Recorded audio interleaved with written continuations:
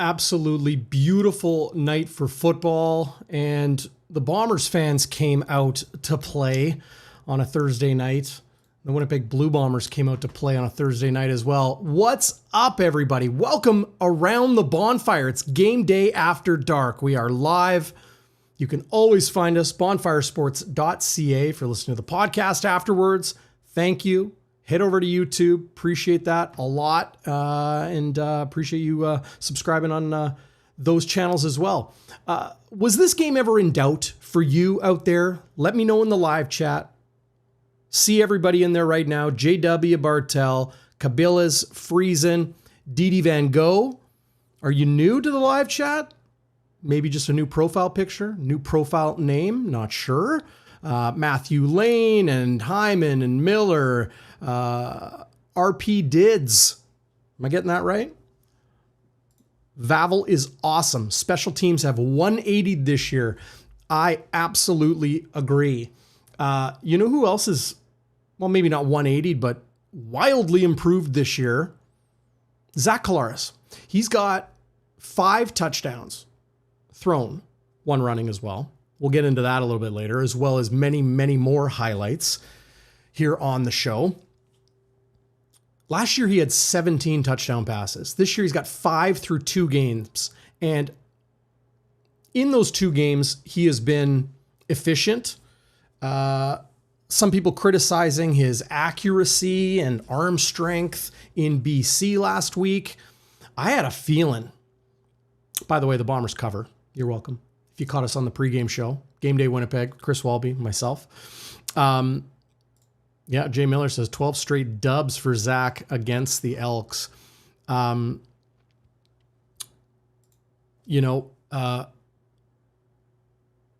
He might have been a little rusty in his first game in Vancouver last week, but tonight I had a feeling he was going to say, okay, wheels are rolling underneath me now. My home debut. I'm getting it done. Collaros was, frankly, lights out. Had 14 straight completions at one point. Nick Demski, in the middle of the second quarter, had 3 catches for 82 yards and 2 touchdowns just at that point. Wheatfall, whoo, crazy. I want to take a look at that Wheatfall touchdown in just a second, but look at this. Beautiful night for football in Winnipeg. Absolutely beautiful night for football. And, we'll get my screen back in 1 second. I promise. Can you guys still hear me? Oh, I know you can. In the meantime, you can't see me, but you probably can see this. Here is the 𝘎𝙤𝙤𝙧𝙚 Wheatfall 52-yard catch and run off the arm of Zach Collaros. Just awesome. Absolutely awesome. This was an absolute dime piece. Bloody dime piece is what I tweeted. Crazy. Twig and berries. Nice handle. Great night for Demski. Yeah. No doubt. Nick Demski, the Winnipegger. Game time decision with an ankle injury. Didn't practice in Winnipeg's 1 close practice. Short week for the blue and gold. Jeff Kabilas, you know what's up. Dime throw. What's a dime throw? What does that mean? If, for the uninitiated out there. A dime throw is a 10 out of 10. Dime.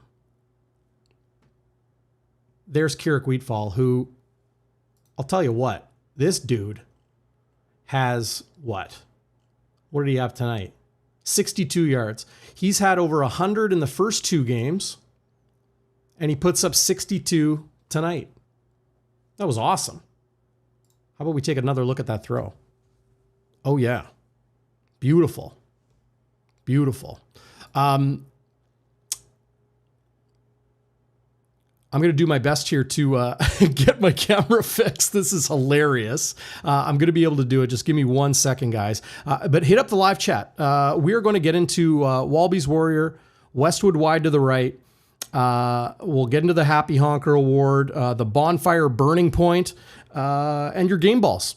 Who would you give a game ball to tonight? I would love to know that. Gosh, where is it here? Not my camera switcher. I'll find it. See, it's moments like these that you know we're live. You know we are live. Well, maybe I'll pull this up. In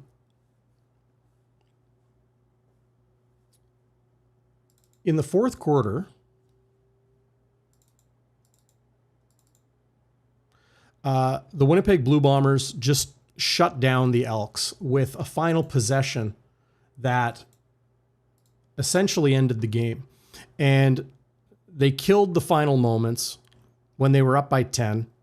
They were able to cap it with a field goal to cover the 10 and 10.5 point spread. There's Phyllis with her bonfire burning point. Has to be Zach's TD run? Yeah, probably. That Collaros run, 13-yard touchdown to give Winnipeg this 10-point lead that they have at this point. Capped an 11-play, 86-yard drive that ate up 6 minutes of clock. Here's Waiters with a little rhyme. Zachary is backery, and he was on the attackery. Okay, all right. Had a few tonight. Why not? Twig and Berry says, WALBY'S Warrior goes to Retta Cramdy. I like that. Well done. Well done. I like that a lot.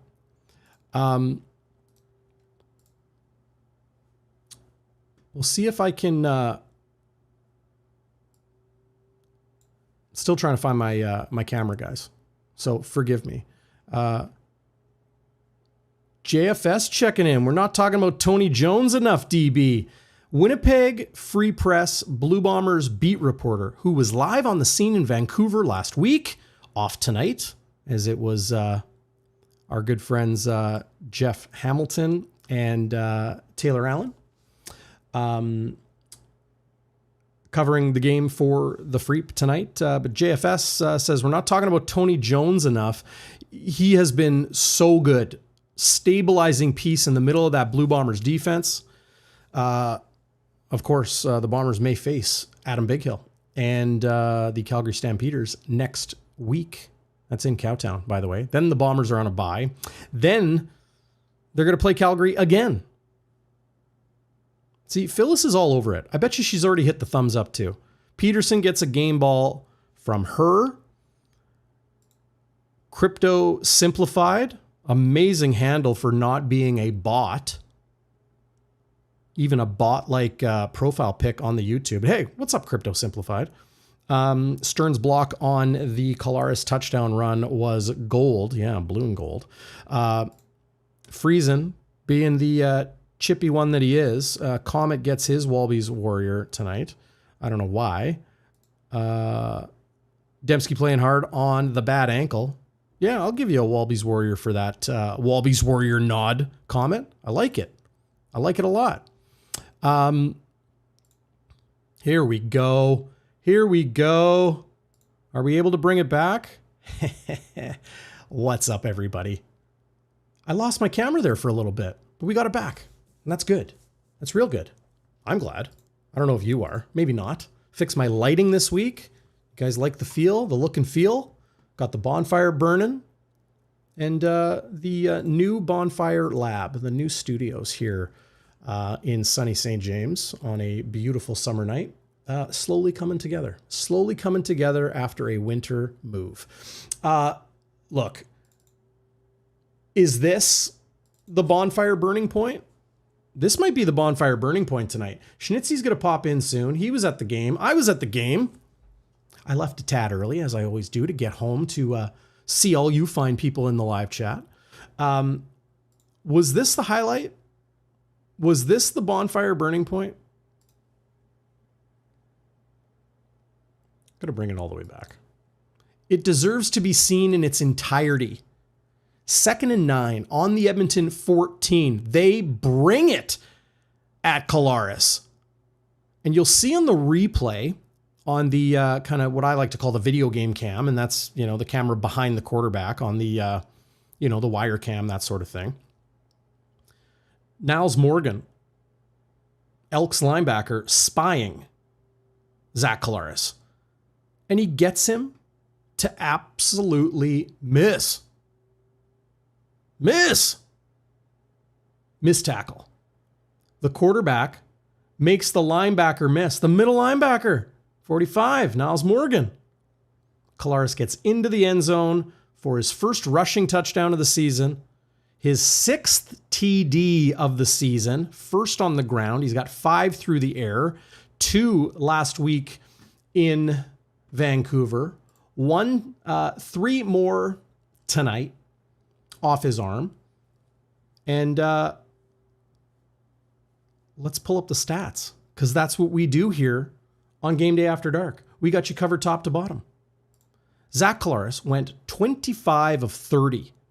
Wrap your head around that. 83% passing, 334 yards, 3 TDs, no picks, clean sheet. Quarterback efficiency rating, pretty much perfect, 151.3. And that one 13-yard run, you see right there, that one 13-yard run for the touchdown.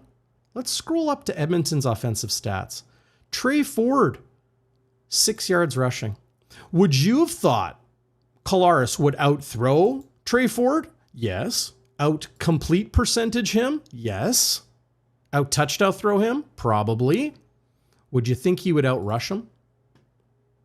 Well, he did. Zach Collaros, I don't care how old he is. Everyone's like, oh, he's 37 and, he's coming off this season and, new offensive coordinator. And does he still got it? Give me a break. This guy hits 200 career touchdown passes last week. Okay. I think he has got seasons left in the tank. So too do the Winnipeg Blue Bombers. A lot of fans didn't like that the Blue Bombers signed Collaros to an extension just a few weeks ago. He was under contract through the entirety of this season, and Winnipeg, prior to game 1, prior to the season starting this year, they said, we want you in 2026. So it's not just about the Bombers are hosting the Grey Cup in 2025, and we got to keep the band together and make a push for a championship on home soil, home turf. Oh no. Oh no. They want Zach Collaros around for a long time. And Collaros signing an extension through 2026 says a lot about what the Bombers think of him, says a lot about what Collaros thinks of this team, this organization. And look, I think you guys know me. If the Bombers are playing like shit, I'm going to say they're playing like shit. If they make a bad decision, I'm going to say they made a bad decision or bad move, right? You want the blue-colored glasses? That's what Schnitzy's here for. Join us in a minute. I'm impressed with the Winnipeg Blue Bombers. And I saw it this offseason too. A lot of people saying, you know what? Winnipeg is not the same team they were.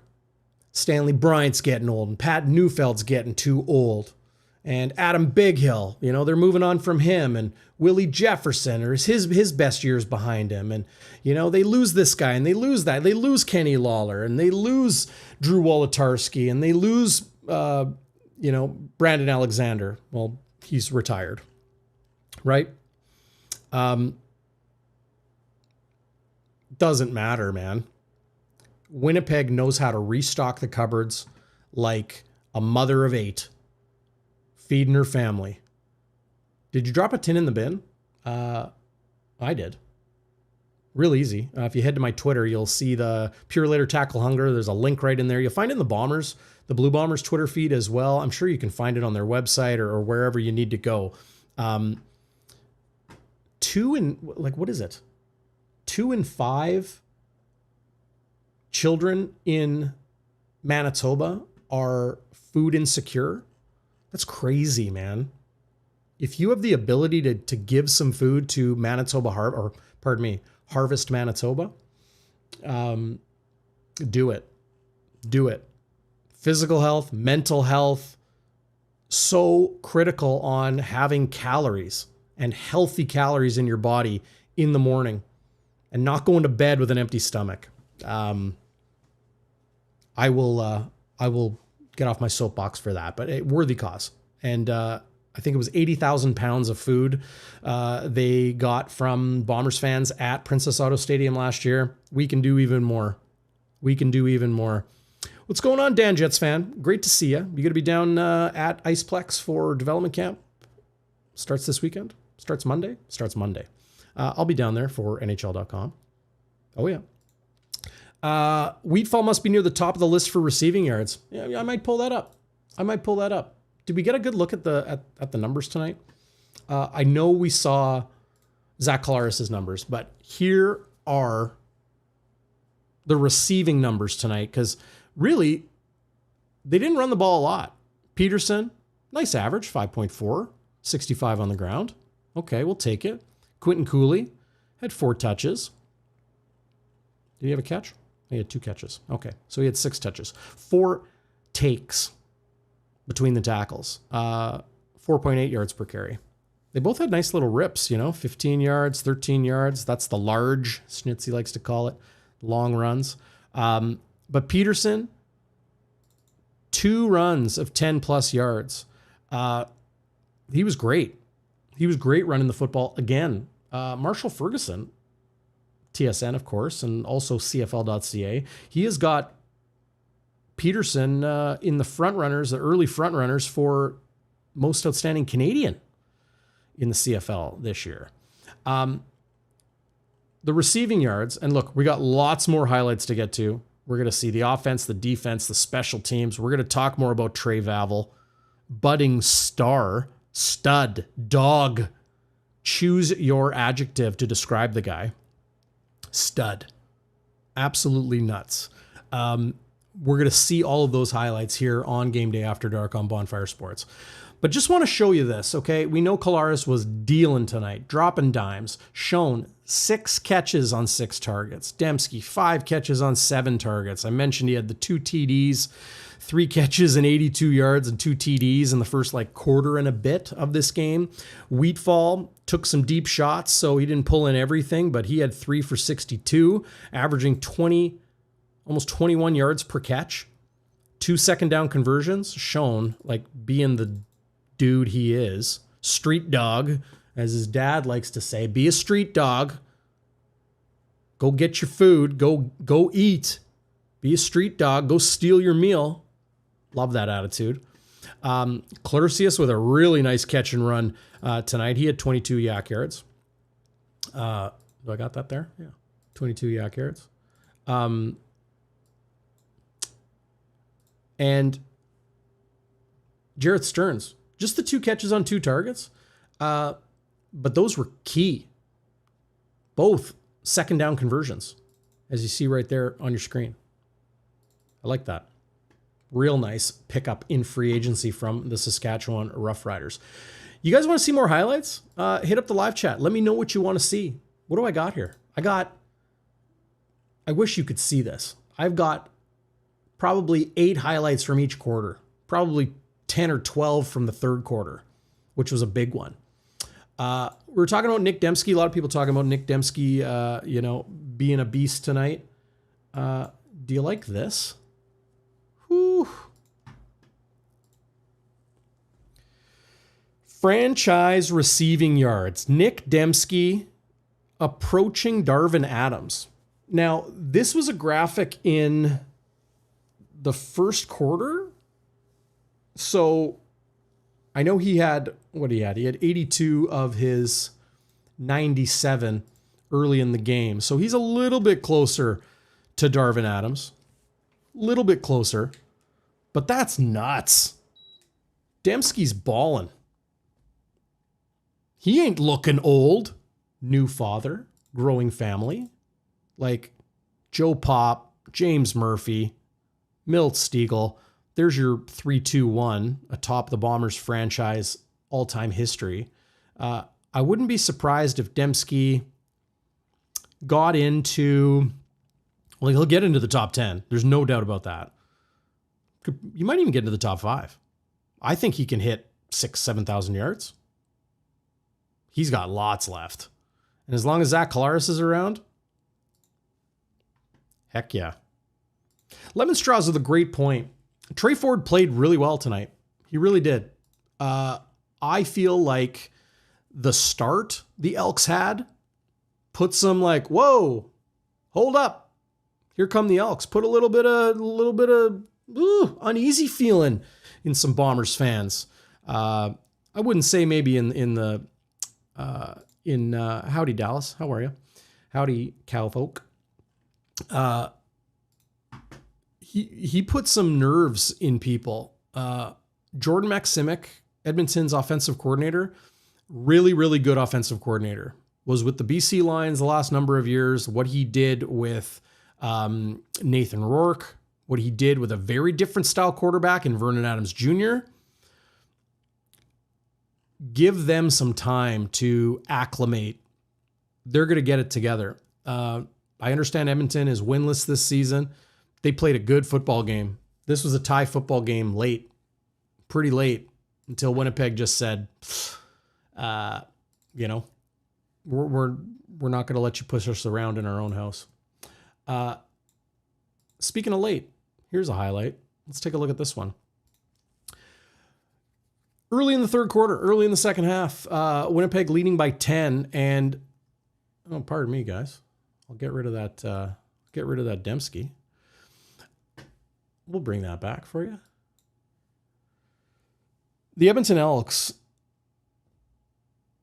strike to Keon Julian Grant. People call him Keon. It's Keon. Keon Julian Grant, formerly the Saskatchewan Roughriders. 68-yard catch and run, 44 yards after the catch. And we'll get a look on the replay of what happened here. But 3 plays, 80 yards, quick 2-minute drive, brings them right back to within 3. And to come out of halftime and do that was big, real big. I think we can get a better look on this replay here.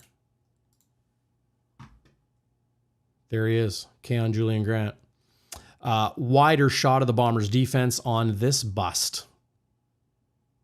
Probably a busted coverage. So there's Grant right there on the left side, and he just drags across, and it looks like Parker. It looks like that should be safety help. Jamal Parker. A lot of people saw Dietrich Nichols trailing late, and they're like, oh, Nichols missed his guy. Not really. Not really what happened. There he is there. That's the route Glenn Suter drew up on the screen on TSN. And they got a lot of guys in the box, a lot of guys near the line of scrimmage. And essentially, this is a zone defense. And here's Grant. Comes through this way to the middle of the field. And he could have struck here. But Dietrich, here's number 1.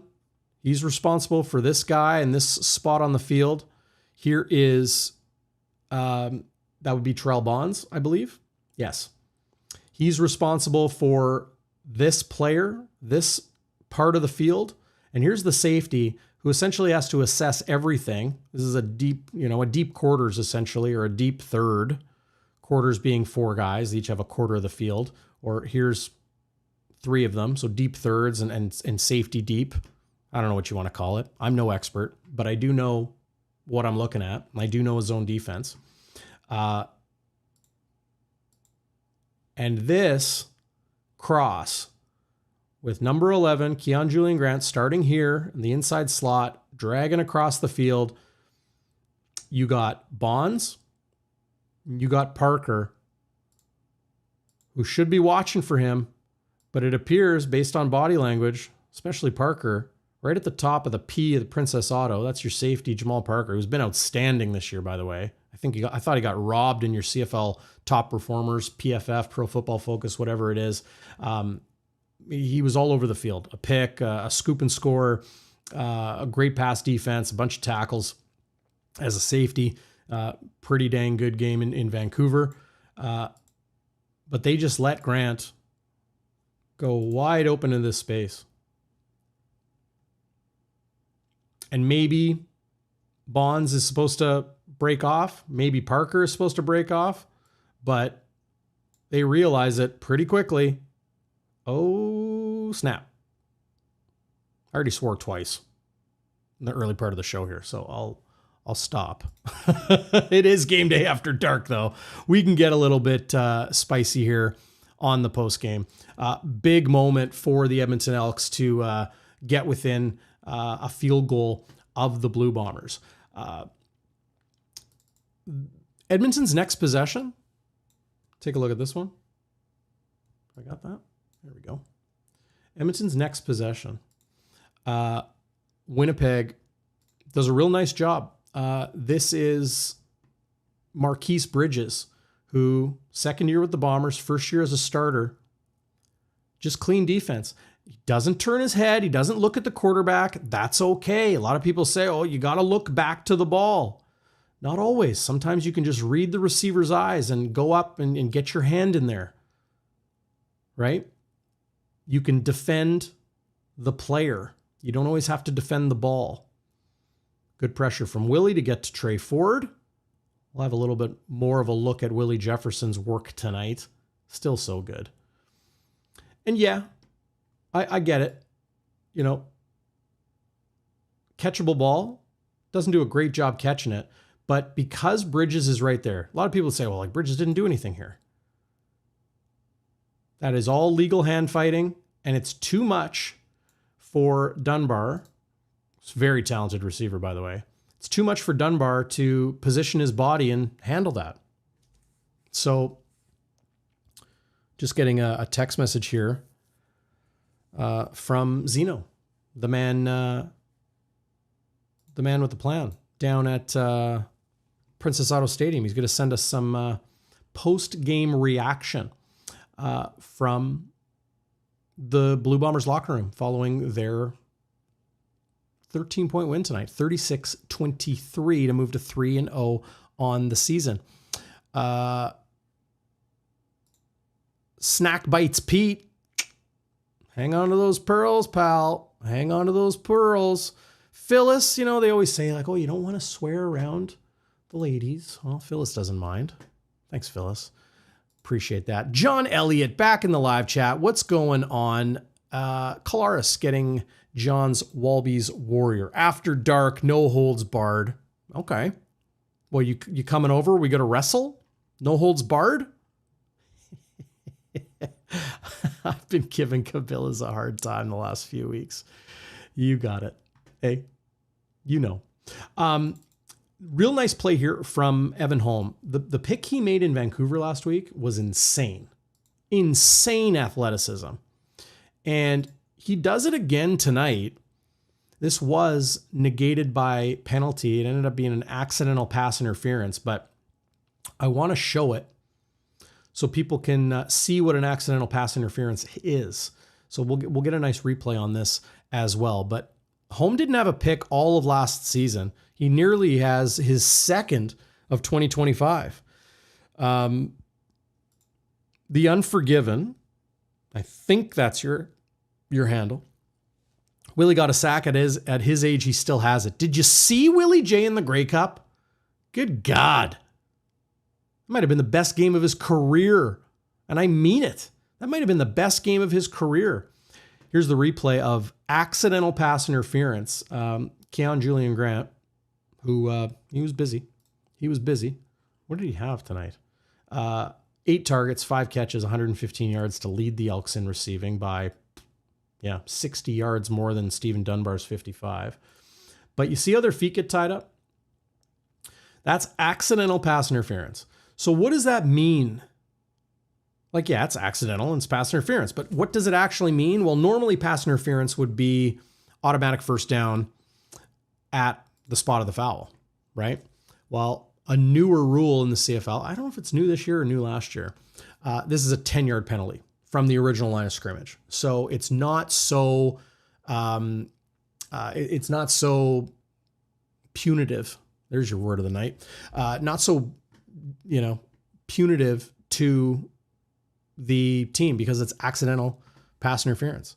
Live chat's lit up. We got almost 400 people watching live. How many on YouTube? How many on Facebook? How many on Twitter? I don't know. But I do know that a lot of people got their questions in for the pregame show on our Instagram page. It's pretty simple. You can go to BonfireSports.ca and find links to everything, including our podcast platforms. It's pretty much on all of them, but all of our social media channels, right? Our Instagram, whatever. Another thing you can do is go BonfireSports.ca/Instagram. It'll take you to our Instagram /Facebook. It'll take you to our Facebook /live. It'll take you to our live YouTube page. But you can also find us on your socials. You just plug in Bonfire WPG @Bonfire WPG. And you'll find us there. Jeffrey Bannon, the commander-in-chief of the 1930 crew. Sir, good to see you. Command Center doing Command Center things tonight. Did you know that it's not called Command Center anymore? It's called the Replay Center. I guess they just don't want to give it that air of command, of central headquarters of the CFL. It's just the Replay Center. Is there a penalty for accidental offensive pass interference? I think there is. Great question, Paulo. Great question. Mark Morissette's tinfoil's hat is on. The league doesn't want the Bombers to win. I don't ever buy that. Now, do teams across the league and fan bases across the league, do they not want the Bombers to win? Normally you would say, well, they don't want anyone else to win but their own team. But here's a truth for all you Bomber fans out there. Realize this. Your team has been in the Grey Cup 5 straight years. They have been dominant, saying nothing about losing the last 3. They have been dominant. People in the CFL from coast to coast are tired of Winnipeg. Does that feel good? Let me know in the live chat. Would love to know. I have a feeling it feels pretty good if you're a Bomber fan. Yeah. Feels good for me as a non-Bomber fan, but somebody that watches closely. Feels good for me because I got things to talk about all the way into November. Yeah. Bettman doesn't want the Bombers to win. Andrea. Well said. Yeah, Vicky Short, 1 game closer to the 1930 crew bus trip. We're going to have a special guest a little bit later. Oh, yes. We're going to watch some more highlights. We're going to get into WALBY'S Warrior, Westwood Wide to the right, the Happy Honker Award, finalize our bonfire burning point, give out our game balls. But Tara Maslowsky, former staffer of the Winnipeg Blue Bombers, her father, legendary employee extraordinaire, former head of marketing for the Blue Bombers. Outstanding man, late great Jerry Maslowsky. His daughter Tara, who is right there with Jeff and Pat Rathwell and so many other great people with the 1930 crew. You can check them out, the1930crew.com. What's the 1930 crew? Well, Tara's going to pop by a little bit later and we're going to talk about it. Hyman wants to know who had elk burgers for dinner tonight. They're $14. That's a pricey burger. Better be good. Actual elk. Oh, yeah. Randy Thompson wants, give me a hell yeah. I'll give you a hell yeah if we can get the thumbs up to 100. Okay? There's 58 there right now. Look at that. I touch the screen and my camera goes all crazy. What'd you guys think of that? That was weird. Hey? Is that where it's supposed to be? Let's put it there. I think I can lock it. Okay, now it's not going anywhere. Are the buses full for the Labor Day Classic? The 1930 crew has 2 buses this year. We had 1 last year, but things went really, really well last year. Amazing time had by all. So we're doing a second bus. Hustler's coming. Schnitzy's dropping things. I'm hearing clanking and smacking and banging. Tara's in the chat already. Oh, she wants to join. Well, we're going to get Schnitzy's takes Maybe a sexy stat? What do you think? Schnitzy, you got a sexy stat tonight? I am a sexy stat, Darrin. I am a sexy stat. Do you got your microphone set up, right? Yeah. Is it on? Is it working? I don't think so. What? What the hell? Well, while you get that straightened out, people are going to continue to hit the like button. Appreciate that, everybody. There you go. Tara congratulating Jeremy because he booked, my old college pal, Jeremy Ediger. What's up, Jer? Booked my spot on the 1930 bus this week. My first Labor Day Classic. Schnitzy, do you remember your first Labor Day Classic? Hold on. I'm setting up my microphone. Well, we can hear you. I'll lay it down. Schnitzy's first Labor Day Classic was, well, no, your first Grey Cup was last. Was it your first Labor Day Classic? Yeah, it was your first Labor Day Classic. How's this microphone? Is this better? Awful. No, it's like a different mic. Schnitzy drunk from the Walby burger. How's this microphone? Grease drunk? Now I got nothing on you, bro. I got nothing on you. We'll bring you back. Don't worry. We'll bring you back real soon. He's there. We're going to get into WALBY'S Warrior and Westwood's Wide to the right. We're going to do WALBY'S Warrior right off the hop with Schnitzy. Okay? So get into the live chat. Who was your WALBY Warrior tonight? Was it Reddick Cramdy? Was it Tony Jones? Was it Zach Collaros? Nick Demski playing through a game time decision and ankle injury? Maybe. Schnitzy, maybe try checking your mic and then like closing your browser and logging back in. Hope you can hear me.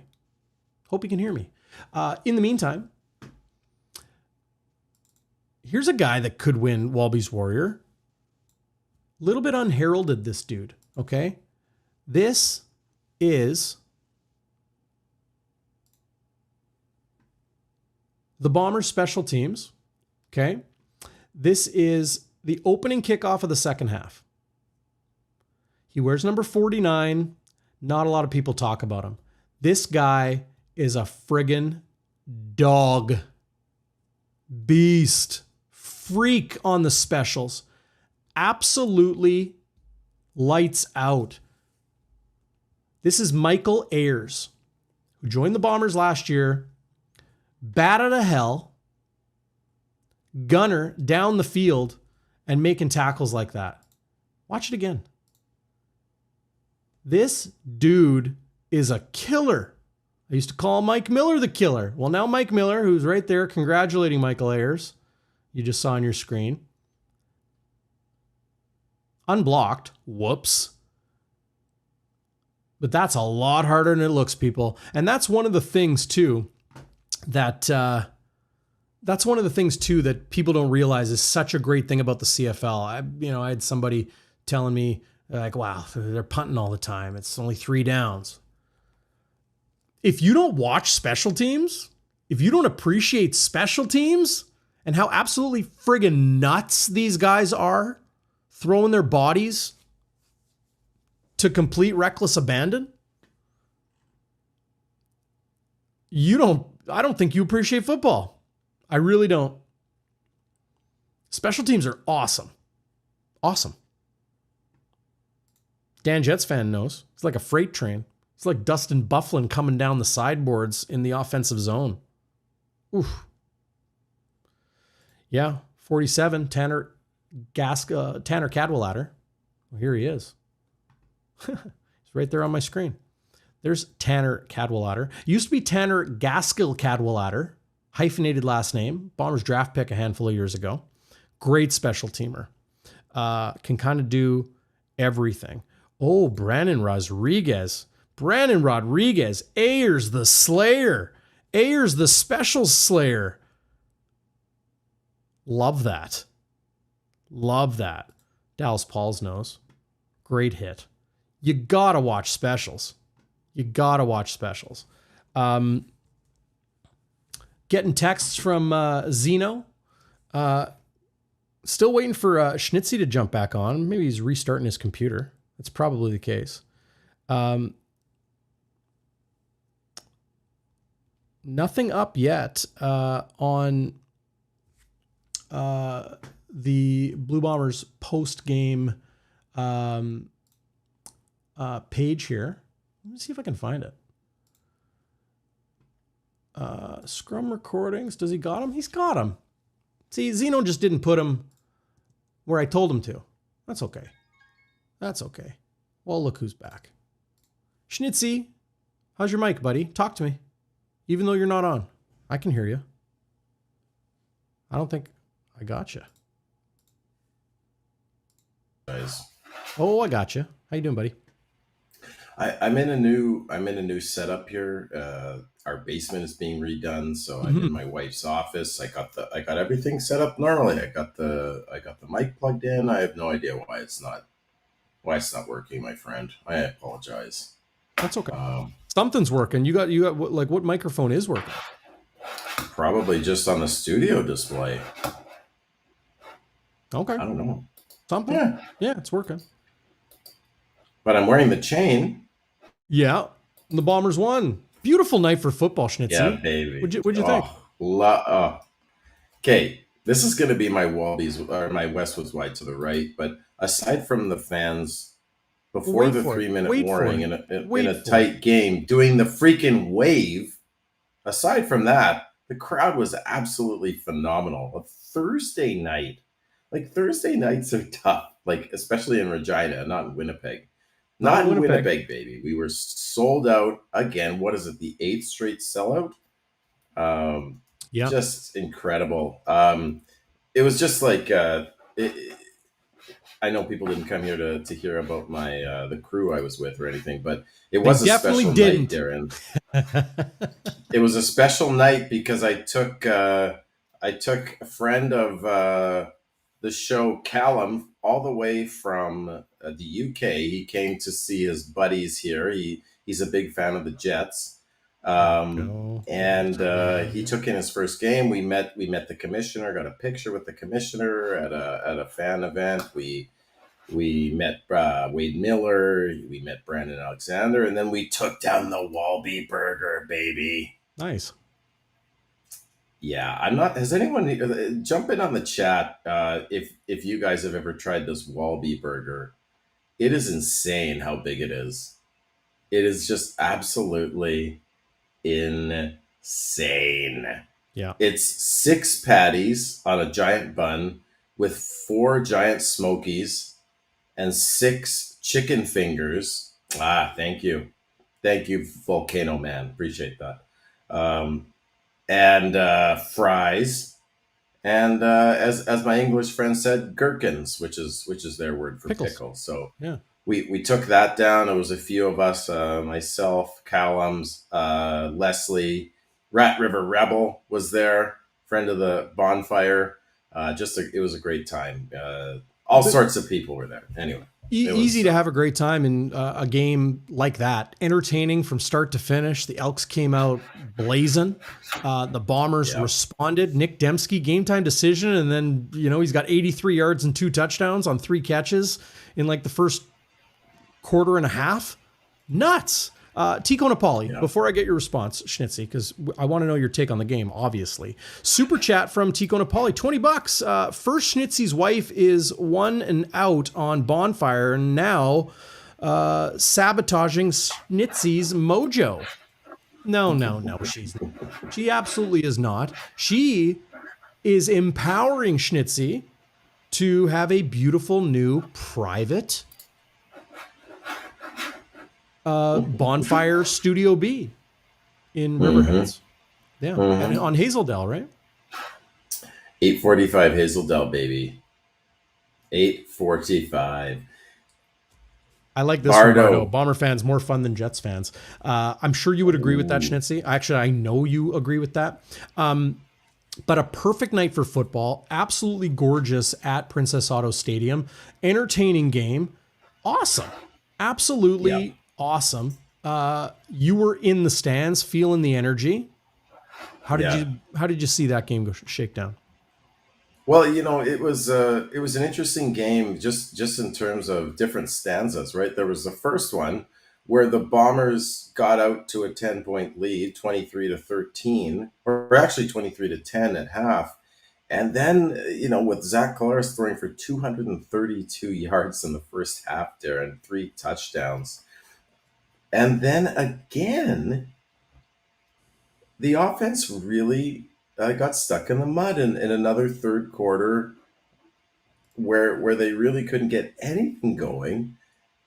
Just like last week in BC, the Elks, to credit them, they come all the way back and tie it up, especially on the back of a big chunk play from Trey Ford to Keon Julian Grant with like the 69-yard touchdown. Is completely blown coverage.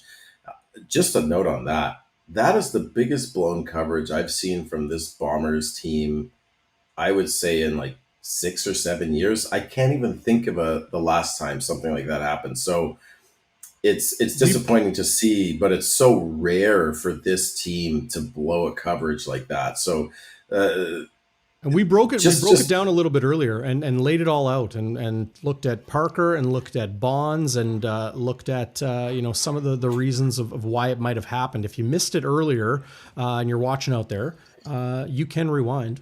And maybe you're watching this not live. Maybe you're watching this on Friday morning or Saturday afternoon. You'll have chapters, right? So you just like click the description and you'll find the chapters. You'll be able to kind of cut to your favorite part of the show or the things you want to see. Schnitzer, yeah. So sorry, I am going to interrupt you because we're going to hear right now from the quarterback coming off a huge game. Here is Zach Collaros just moments ago outside the Blue Bombers locker room. Well, numbers-wise, it says it was one of your better ones in a while. What do you think? How did it feel? Just felt good to get a win. None of them are easy. Obviously, I think we have to do a better job. I know we have to do a better job on first down and making second down more reasonable. But, I thought we executed when it mattered there in the third quarter. We got to do a better job. That's everybody here knows that. But great job by the offensive line, the running backs, receivers, everybody there blocking there at the end. And huge conversion there from Dawn, I think, on a slant to really put that one away. Take us through that scramble for the team. What's going in your head? What do you see? I've done it many times. It's just been a long time. I don't know if I made somebody miss or not. I kind of just got through the first they kind of layered the defense. They were playing a kind of a cover zero, but not making you hot. They just had the Mike Green Dog in the back, and he was just kind of out of place. I stepped up. My eyes were on Nick. I didn't really think he got a clean release. And by the time I got to the second level, I was like, I think I could score here. And I was kind of worried about what was coming from my right side. I was thinking, if somebody hits me up top, I'm fine. But I just don't want to get my knee chopped down. Right. Yeah.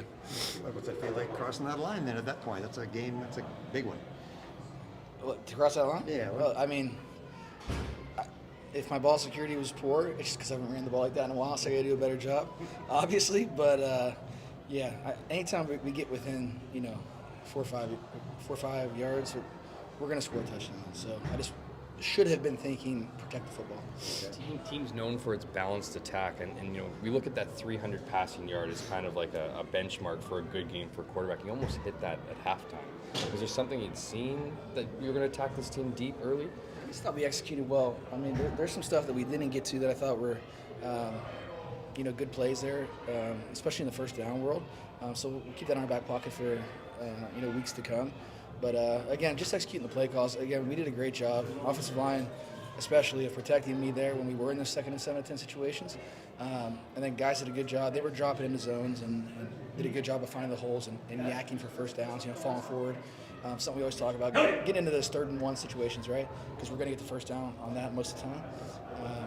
I think a couple explosives there. We got man coverage. And if you get man coverage and you defend the football, you should create explosives. You love to chuck it. Is Jason Hogan opening up that part of the book? I'm not saying it didn't exist before, but is there something, it seems like through your 2 games and 3 games in general, it's really been a bit of an aerial attack.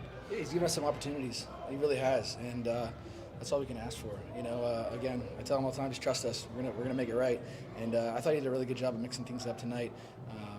Throwing the ball to different personnels as well as running the football and calling smart runs, throughout the game. 3-0. You started last year 0-4. How important is it to get things rolling here and kind of get back to that Blue Bomber football early start kind of I think it's important just to win a game. Anytime you can. It's not easy in this league. The season is so long. It's just important for us to be critical tomorrow of this tape. Make sure we're hitting the weights, running, getting our bodies right for the upcoming week, and move on to Calgary. It's just such a long season. You got to keep building and building and building. Some thoughts on Nick Demski. He didn't look like a game time decision. I mean, he was though. I know. Listen, I've been around Nick for a lot of game time decisions. He's going to be out there and performing. He's the best. After your rushing score, it looked like you wanted to throw it into the crowd, and you kind of got bumped, and then you picked it up again, and you chucked it anyway. Cooley was with the strip sack there. He was so excited, but I didn't really know what to do. It's been a while. Wait, what made you want to throw it into the crowd? They do fine you for throwing those balls in the crowd. They do. Damn. They never used to. They got it back. That was our They got it back, That was our thing in the past. We threw a lot of footballs in the crowd. And Hamilton used to try to throw it out of the stadium. That bell there, that little steam whistle, he used to try to always hit that. But yeah. Your run game wasn't there early. Just the way they were playing D, or? It was there when it mattered, obviously. They did a good job up front. Edmonton did. I'm sure, we're going to find things on tape that we could have done better. And those guys are so smart, our offensive line, of making corrections and addressing them for the next week. But again, I thought, we were pretty balanced. We want to be better on first, and if we're running the football, obviously we want to, get into the second and 4, 5, 6 situations. But when it mattered, they were punishing when it mattered. Thanks a lot. Thanks. Zach Collaros speaking just moments ago outside the Bombers locker room, and a huge game for him where he put up 334 yards passing, 3 touchdowns, no picks, 83%, 151 quarterback rating, and ran for 13 yards, 1 carry for a touchdown. And to answer Brandon Rodriguez's question, did he have more yards than Trey Ford rushing? He did. Trey Ford had 1 carry for 6 yards.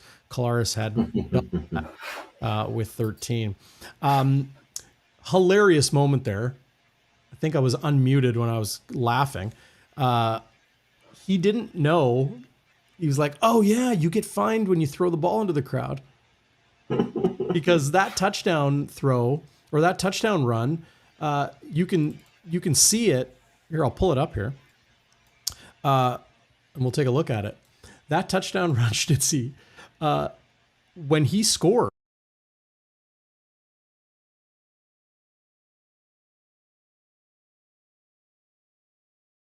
Oh, mute it. There we go. When he scores, he throws it straight up in the air. Schoen catches it, because of course he does. And he's like, give that back to me. And he throws it into the crowd. Hilarious. That was an incredible play by Zach Collaros. Like, it'll go down as a 13-yard run, Darrin, but you can see from the replay, he's all the way back at the 20-yard line. Like, this is a 37-year-old, fairly static style of quarterback running it in. What? For the dagger. Whoa, like, whoa. He moves in the pocket, Darrin, but you wouldn't call fairly Zach Collaros static. Yeah, he's not a mobile quarterback. He doesn't run around a lot. He doesn't run for first downs. That's not his style. All he does is roll out and throw the ball. He's rolls not out, static quarterback. He's not running. Like you're like Anthony Calvillo. Okay, maybe that's Trevor maybe Harris. Static isn't, like those guys sit in the pocket. He's not. The point I'm trying to make is he's not known for running the ball. And he ran it like a 20 yards, and like that was a dagger. I hear you. He's not a running quarterback. That was crazy. But he's opportunistic. That was a nice play. Yeah, absolutely he is. Really I think nice last year he had the most yards last year running, Darrin, as he ever had. I think second only to like his first year when he came into the league with Toronto. So it's pretty surprising and encouraging to see him pull one of those out. But just the full picture of the game before you rudely interrupted me with the interview. The Bombers, like, they lost a lot of steam in the third quarter. By the way, shout out to Ticona Pauly for the super chat. I was not paying attention when it came up, and I saw it now. So thank you, Ticona Pauly. Maybe I'll get a new mic. Maybe Darrin will give me some good equipment for once.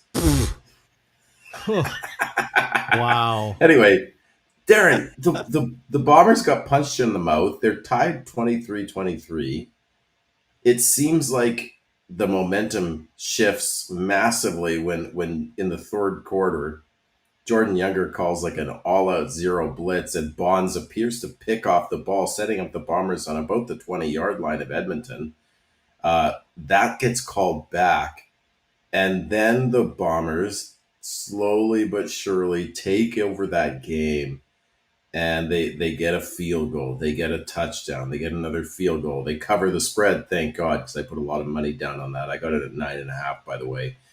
Shout out to my boy Steve who had him at 10.5, and he was not comfortable at the end of that game in garbage time because the Bombers were up by 13, and he's like, please don't score a touchdown, please don't score a field goal even. He had them at 10.5. But anyway, I won that. But, credit to the Bombers, credit to Jason Hogan. For me, this game was about the offense. I know it really became stagnant in the third quarter, but Edmonton is a good defense, man. Like I couldn't disagree more. Arguably, you don't think that they have a pretty fearsome front seven, Darrin? I mean, they got players up front. Down. They got players up front, yeah. But you watch their defense this year, they're crap. JC Sherritt. Their secondary is brutal. They have the worst pass defense in the CFL, but their front is pretty darn good. They got the names, but Serezna didn't have a sack in the first 2 games of the season.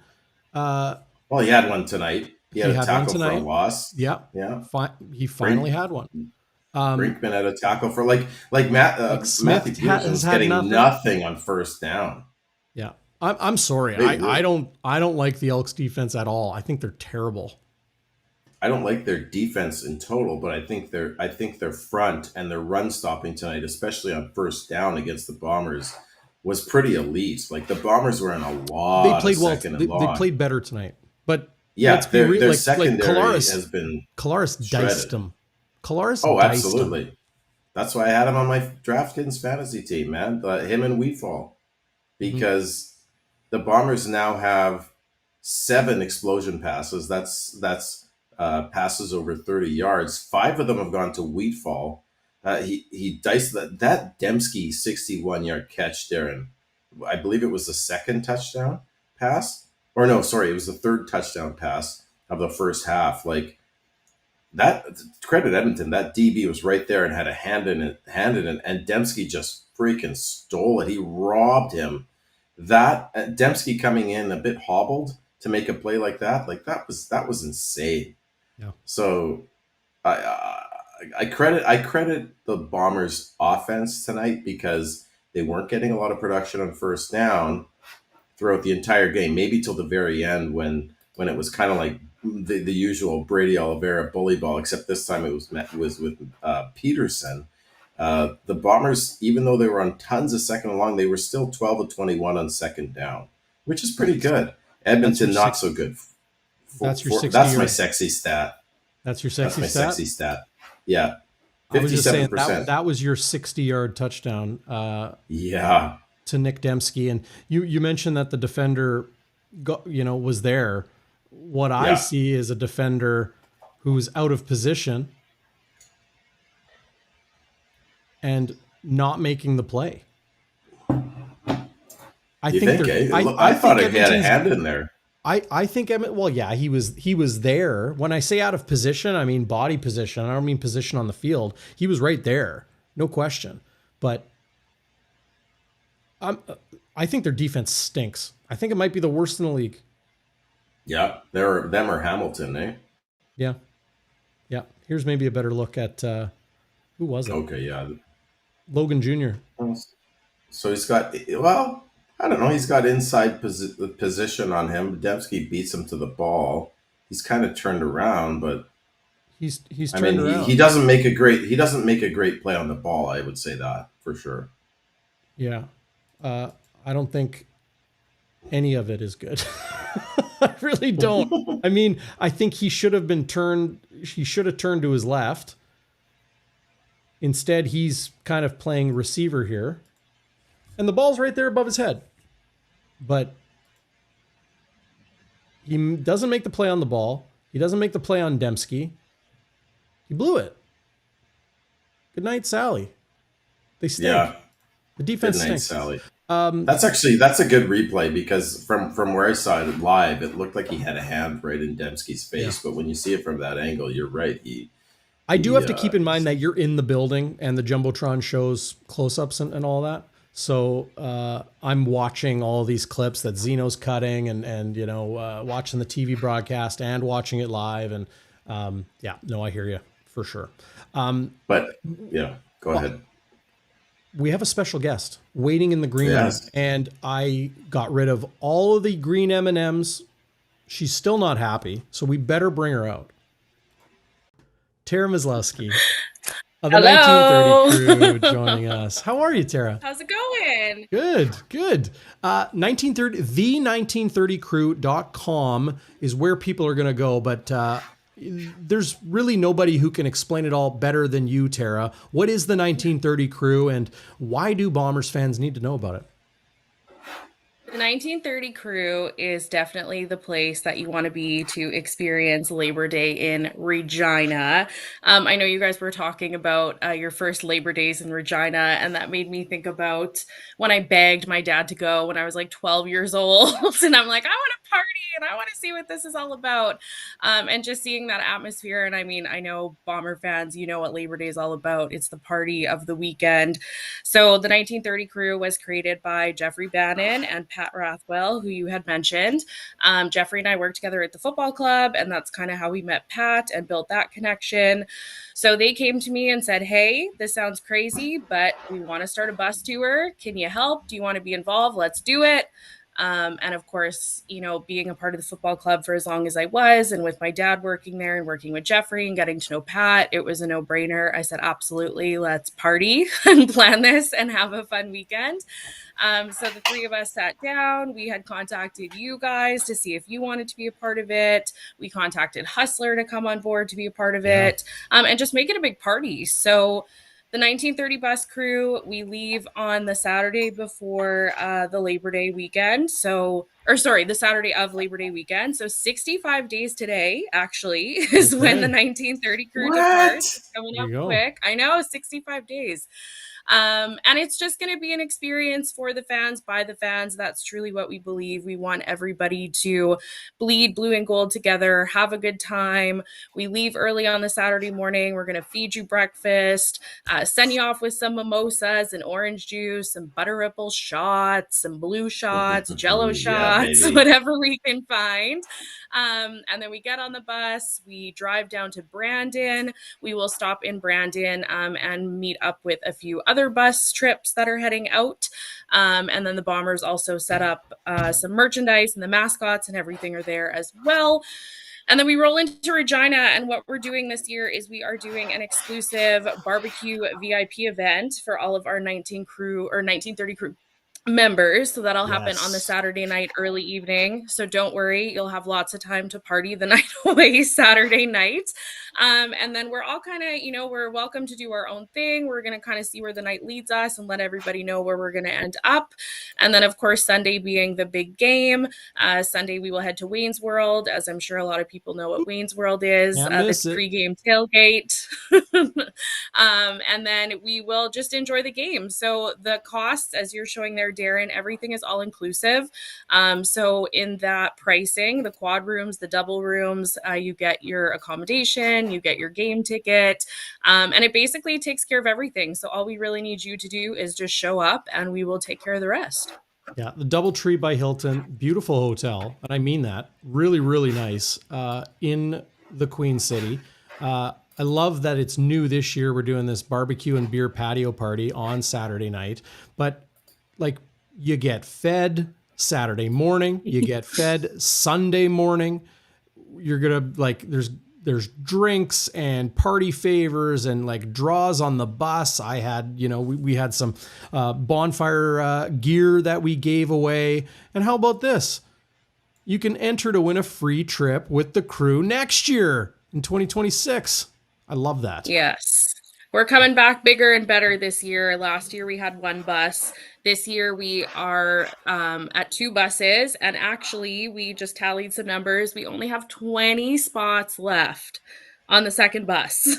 20 spots. And how many are on the bus? It's like 80 or something, isn't it? 55 per bus. Sorry. Yeah. Yeah. No, you're close. So we're I think we're at 80 spots. Total, right? 80 something. My math's not that good, but we'll get to 110.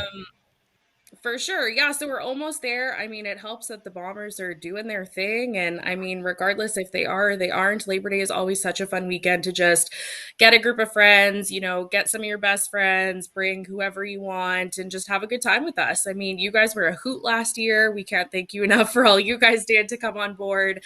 And we're very much looking forward to doing it again this year. Yeah. Dave Blahat says Banjo Bowl warm-up game. Yes. I like that. I like that. Yes, if you've never been to Labor Day, you gotta go. It's so much fun. Right. And Tara, big ups to you, Jeffrey Bannon, Pat Rathwell, all the organizers. If you got questions, they can email you. There's a contact on that page.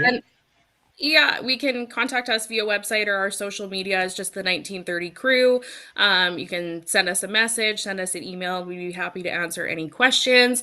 Also, if you did want to register, we make it very easy.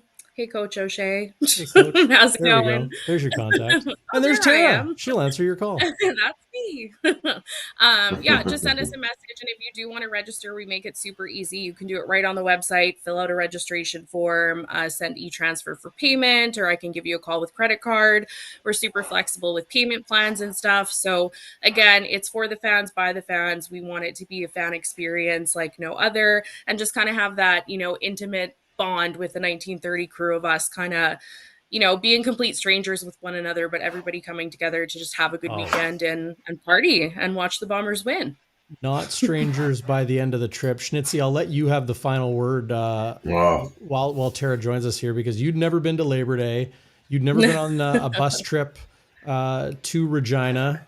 You got to experience Regina. I don't know if you'll grace us with your singing. Regina, maybe experience Regina. But how was it for you being a new thing? That was honestly I'm being quite serious in that it was one of the best trips I've ever been on, period, not just football trips. I just think from the very beginning, having mimosas in the parking lot at 9 a.m. at U of M, and then getting pictures and having you there, Darrin, and you there, Tara, and Jeffrey, and Pat, and Hustler was there, and Carter, and the sports doctor. I mean, it was just a great crew. Yeah. And then, just Pat, I warmed to Pat immediately. He's handing out butter ripple shots at 9:30 in the morning. And I was like, okay, this is going to be fun. And then, getting to meet Carter, just making friends. And I told my wife as soon as I came home, this is a must have trip for me every year. Just book it. I'm not going to be available. Now my brother-in-law and his wife moved to Regina, and we're like, oh, that's great. When are you coming to Regina? I'm like, no, I'm coming to Regina, but I'm not coming to Regina. I'm not coming to Regina and hanging with you guys. I love you. Like, oh, but maybe, Maya and the kids will want to come. I'm like, no, Maya and the kids are not coming. My cat's not coming. My dog's not coming. I'm going. This is my trip. A little adult fun on the bus with the 1930. And the Wayne's World, if you haven't experienced Wayne's World, I mean, these are just if you're a Bombers fan, you must experience Wayne's World, and you must experience it with the 1930 crew. I mean, we just had a blast, and the game was epic. I mean, the game is like the cherry on top, but the game itself was epic. It's a beautiful stadium. It's not as nice as ours, of course, but it's a beautiful stadium.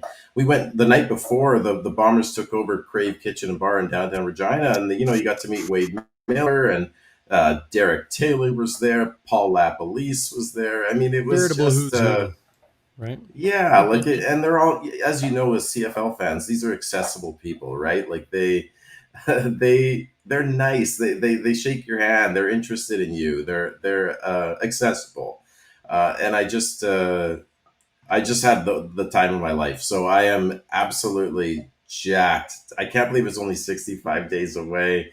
I can't believe there's only like 20 seats left, right? So Tara, people need to act now, right? They do. And you guys so are like again, giving away like hundreds of dollars of prize money, like on the bus. I was like, what's going on here? Like it just never. And then we got those those goodie bags with like a bomber's chain. So much free swag, right? You're giving away all the surprises and the good stuff here, Schnitzy. But I think that's almost the best part is there's all these surprises. You know, like exactly. It's better than you think it's going to be, even if you're expecting a lot of things. Right. So, well, and that's where 100%. And that's where we believe, again, we want the fans and everybody that comes aboard the 1930 crew to feel that and, feel valued and feel that experience and just have a great time with everybody. And like Zach had said, you make friends, you may not know these, right? You don't know these people. Everybody bleeds blue and gold, but you come together, you're sitting on the bus, you're partying together all weekend. And then you come back and, you make friends from this trip. So we're really excited. 20 spots left. Act fast. Again, flexible with payment plans. It's coming up quick. So if you're on the fence or you have any questions, please just reach out and we'd be happy to have you on board. I might even farmer shotgun a beer again. Oh, Darrin, that was epic. Crazy. What's a farmer shotgun? Well, you need to be on the 1930 crew bus to find out. So, but the last thing I'll say, Tara, and you and Jeffrey and Pat did such a great job. And I think what I appreciate most is you get to go on a trip, and it's a great price, right? Like you get so much for your money and you don't have to worry about anything. All you have to worry about is enjoying yourself. Like you don't have to worry about where you're sitting. You don't have to worry about where you're staying. You don't have to worry about the 6-hour drive. Like the drive goes by so quickly because you're just partying for 6 hours, right? Yeah. It's just it's a real treat. I think most adults you spend a lot of your time working and planning and doing your chores and whatever, and it's just like it's the ultimate trip just to go and enjoy yourself. You don't have to worry about a thing, and it's all taken care of by you guys, and you did such an amazing job. So I'm a 1930 crew lifer, my friends. You're stuck. You're stuck. We love it. We love to hear it. It's also really cool too. I'll just end with saying, when I had gone to Labor Day when I was 12, again, when I begged my dad to go and experience, everybody hears about Regina and this weekend. And I mean, of course, being 12 years old, you're kind of limited to what you can do at the time. But seeing kind of what Labor Day was then to what it is now, and just seeing more Bomber fans come down and seeing the sea of blue and connecting with other bus tours or groups of people that are coming down is really, really cool. And that kind of segued into the Banjo Bowl when we never had anything like that for Bomber fans to kind of party or celebrate with the Riders since it's such a big rivalry. So like everybody's saying, it's kind of the pregame to Banjo Bowl, or, the preview night to the Banjo Bowl weekend. So we're really much looking forward to it. Again, we're super excited to have you guys on board and appreciate all your support and everything that you have done for the trip. And I know Pat and Jeffrey wanted me to let you guys know that they have special shots for you guys this year. So we'll have to keep those near the front of the bus for you too. Twisting rubber arms. We're very much twisting rubber arms. We're very much looking forward to it. And again, 65 days, the crew is departing. So if you're on the fence, if you have any questions at all, again, we're super flexible. So please visit the website, any of our socials, and I'd be happy to answer any questions you guys have. Beautiful. And anybody on the chat, if you aren't going to Regina for Labor Day and you haven't booked your trip and you want to come, like it's a no-brainer. You get to party with me and Tara and DB and Hostler and the sports doctor and Carter Chin, and it's gonna be awesome. We're a good crew. We're not too bad. We're not a bad crew. Not too bad at all. Not too bad. Not too bad. The bus trip flies because you have so much fun. Tara, look, you were so patient. You're so sweet as always, but so patient, waiting for us to kind of get through some of the highlights and the numbers and Schnitzy's sexy stat of the night here on GameDay After Dark. But thanks for staying up late and joining us around the bonfire. And I mean, I have no doubt these 20 tickets are going to fly. So people need to get to the 1930crew.com right away. And get to it. Scott Roger knows what's up. Bonfire Jellos. Yeah, that might be on the bus. We'll see. We'll see. There we go. That's a new theme Those we could Jello have. shots were insane. Thanks again, Tara. Appreciate it a lot. Hey. Thank you, guys. I appreciate it. Have a good night. You too. Bye, Tara. Nice to see you. Bye. Tara Maslowsky joining us, one of the organizers and people in charge of the1930crew.com. That's where you're going to book, and 20 seats left on the second bus. There's the WST bus or the Huss bus and the Bonfire bus. And I don't even know if you can choose or what's left or what, but roll the dice. You're going to have a good time no matter what. Yeah. Absolutely. We'll okay, see. We'll see who Huss. What? Oh, no, you were saying we'll see who Huss. Well, I'm hoping he can bring. I hope he can bring Remo on the trip. We should get Remo on this 1930 crew trip, because I talked to Connor about it, and he can't come, but he's going to come next year. I think he has. Connor's got his own bus. You seen his social media? He's always like at Winnipeg Beach and the big camper. Yeah. Okay, look, James and the Peg would love to, but I'm 60 something and can't keep up. There are more than a handful of 60 somethings that are on the bus. Oh, yeah. And you can keep up. Everybody is welcome. There were 18, 19, 20-year-olds on the bus, like Pat Rathwell's daughter and her friends. And, there's people in their 30s like you, Schnitzy, and people in their 40s and 50s and people in their 60s who were on the 1930 or in the 1930 crew, and you can be in the 1930 crew. The 1930crew.com. I think we've hammered that one to death. It's worth it to hammer to death, by the way, but you don't have to get hammered to death to be in the 1930 crew. You can keep up. So James and the Peg, roll the dice. Let's go. Isn't Huss 75? Yeah, I think Luke Wilson thinks he's 75. Called him old. I digress. God, Luke Wilson. We're not talking about Luke Wilson. No, we got into Luke Wilson on the pregame show. So if you want to check that out, hit up our social medias. You'll see the clip or part of it, and then direct link to that chapter in the show. Tracy O, someone have a shot for me. We will. Oh, we will. Let's get to business, Schnitzy. Let's be on the ball like the Bombers were tonight in their 13-point win to move to 3-0.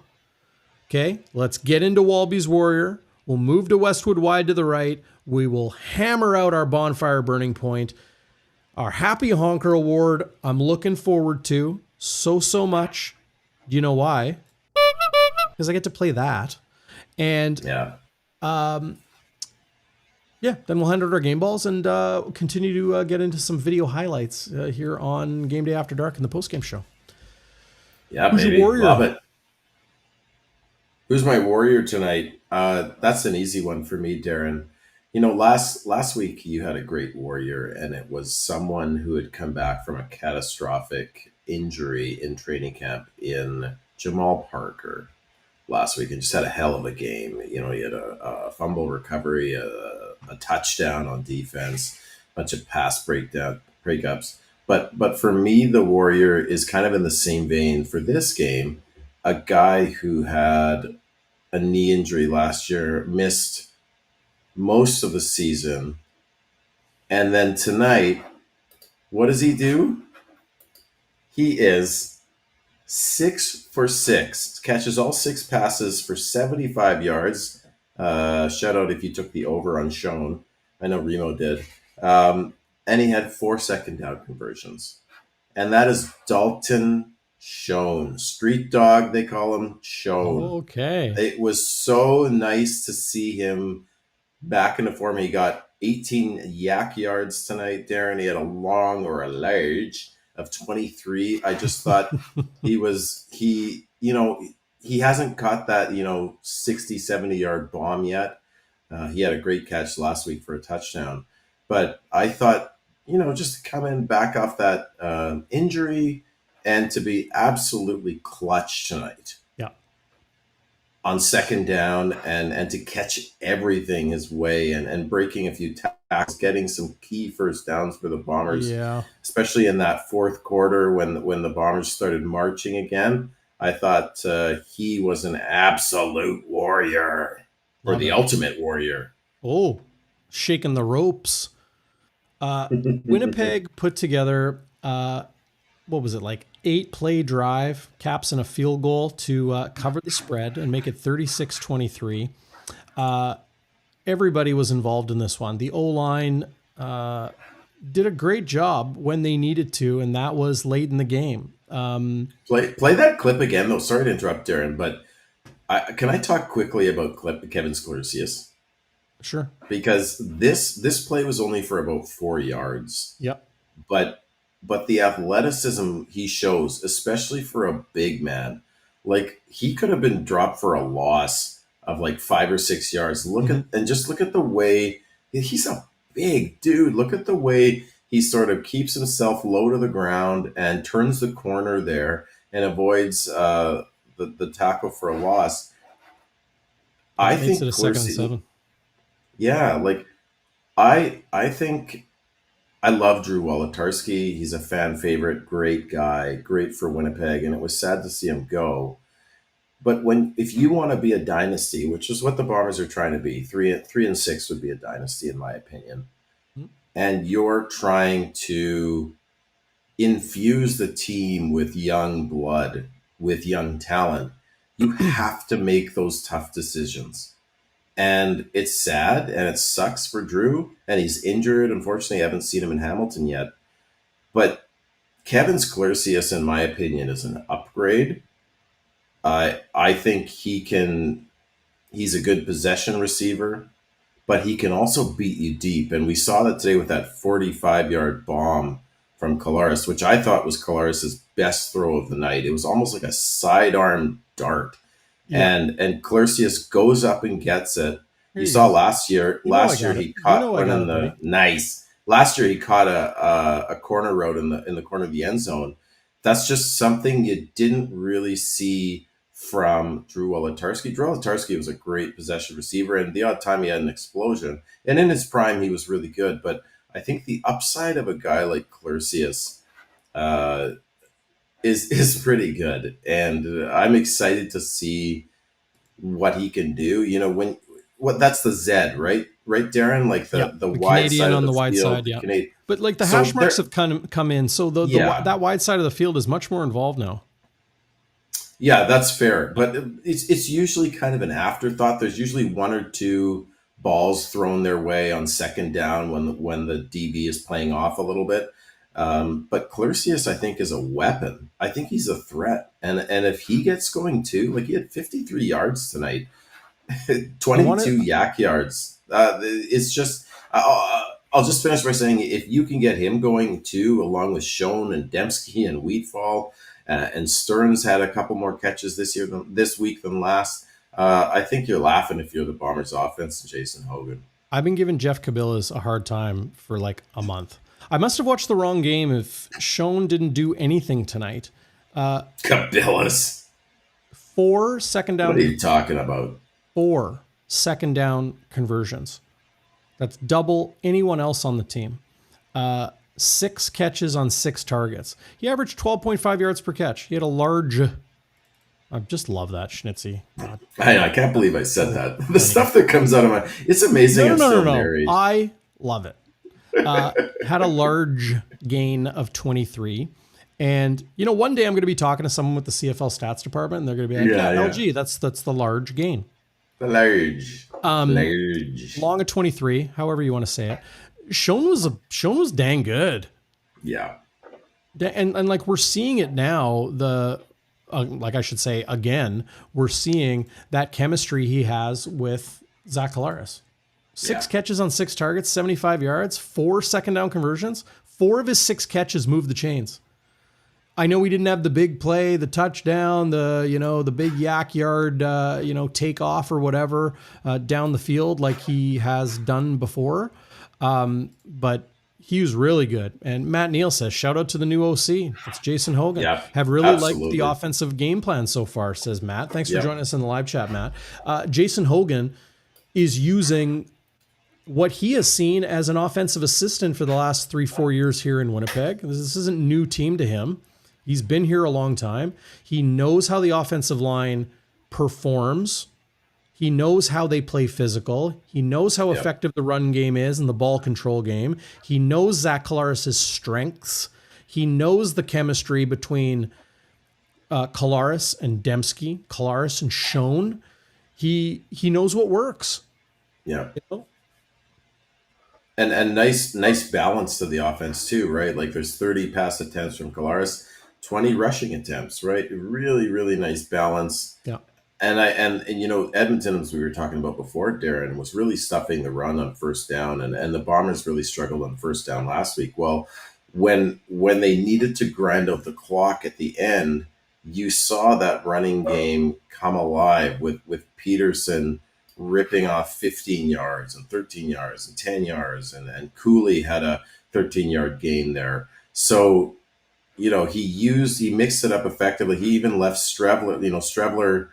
Strebler had that third down sneak, which he converted in the red zone, and then he left him in for another play, which is kind of shades of Paul LaPolice, what he did with Strebler. Strebler would often stay in for an additional play. Now, that the play they ran there didn't really work too well, but I thought there was really nice balance in the offense. I thought he used his receivers super well. You had, Darrin, 4 receivers, Bomber receivers, over 50 yards.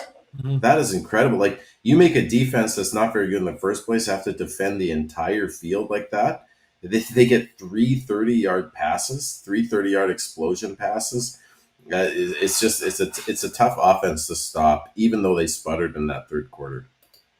I did show one blocking bust as Stanley Bryant got turnstiled by Jake Ceresna, but I am pulling up those runs that you were talking about.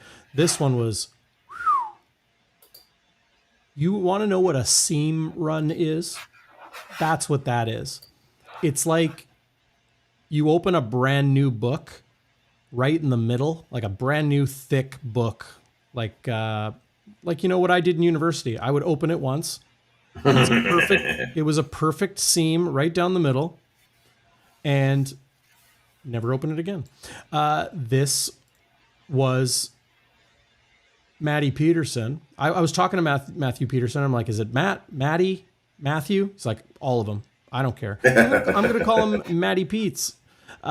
Matty Peterson here, run a 15 right up the gut. Yeah. It was a nice run. Real nice run. How do you find these plays as I'm talking about them? I'm just curious. Like, take us behind the curtain here, Darrin. Are they like organized here's the thing. Can I tell you a little secret about broadcasting? Absolutely. I don't know any secrets about broadcasting. You don't share how the sausage is made. You just try to present the show the best you can. So call me on Saturday afternoon and I'll tell you. But I'm not going to tell you here live on YouTube, okay? You're not going to give away your secrets, eh? Well, I'll give away secrets, but not that secret. No, I mean... I don't know what that has to do with the sausage. Zeno... Don't say that. Zeno does a great job clipping all these. I started clipping them last year, and I kind of have a little system in place where they're all kind of laid out. But this is important, okay? Edmonton's defense, like they go out and they spend a ton of money on Robbie Smith and Jake Ceresna to bring him back to where he started his career. This is their Ceresna's first sack of the season. Watch the top of your screen. Stanley Bryant, who, as we know, is a future Hall of Famer and still playing at a very high level. This is pro football. Good players get beat by good players. Okay? This isn't the first time in Stanley Bryant's illustrious career that he's been beat. Is it the last time? Maybe, but probably not. Okay? And that was one instance where Winnipeg's O-line kind of got beat. Okay? That said, Edmonton's defense is not very good. No. It's not very good. Let's head back to Princess Auto Stadium and hear from the head coach, Mike O'Shea.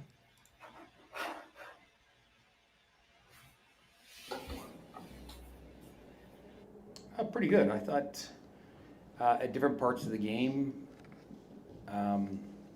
one of the phases, sort of took control to create or stop momentum. There was a slight lull at in the third probably, but I thought for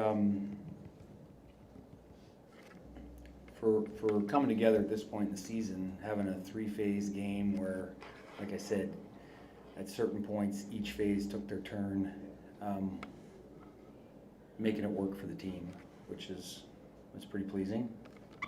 The offensive phase opposite led by a real hot quarterback tonight. I mean, Zach's had good games. He's one of his better ones statistically. What do you see?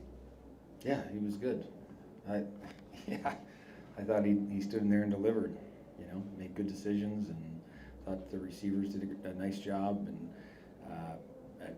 at being quarterback friendly and working for him.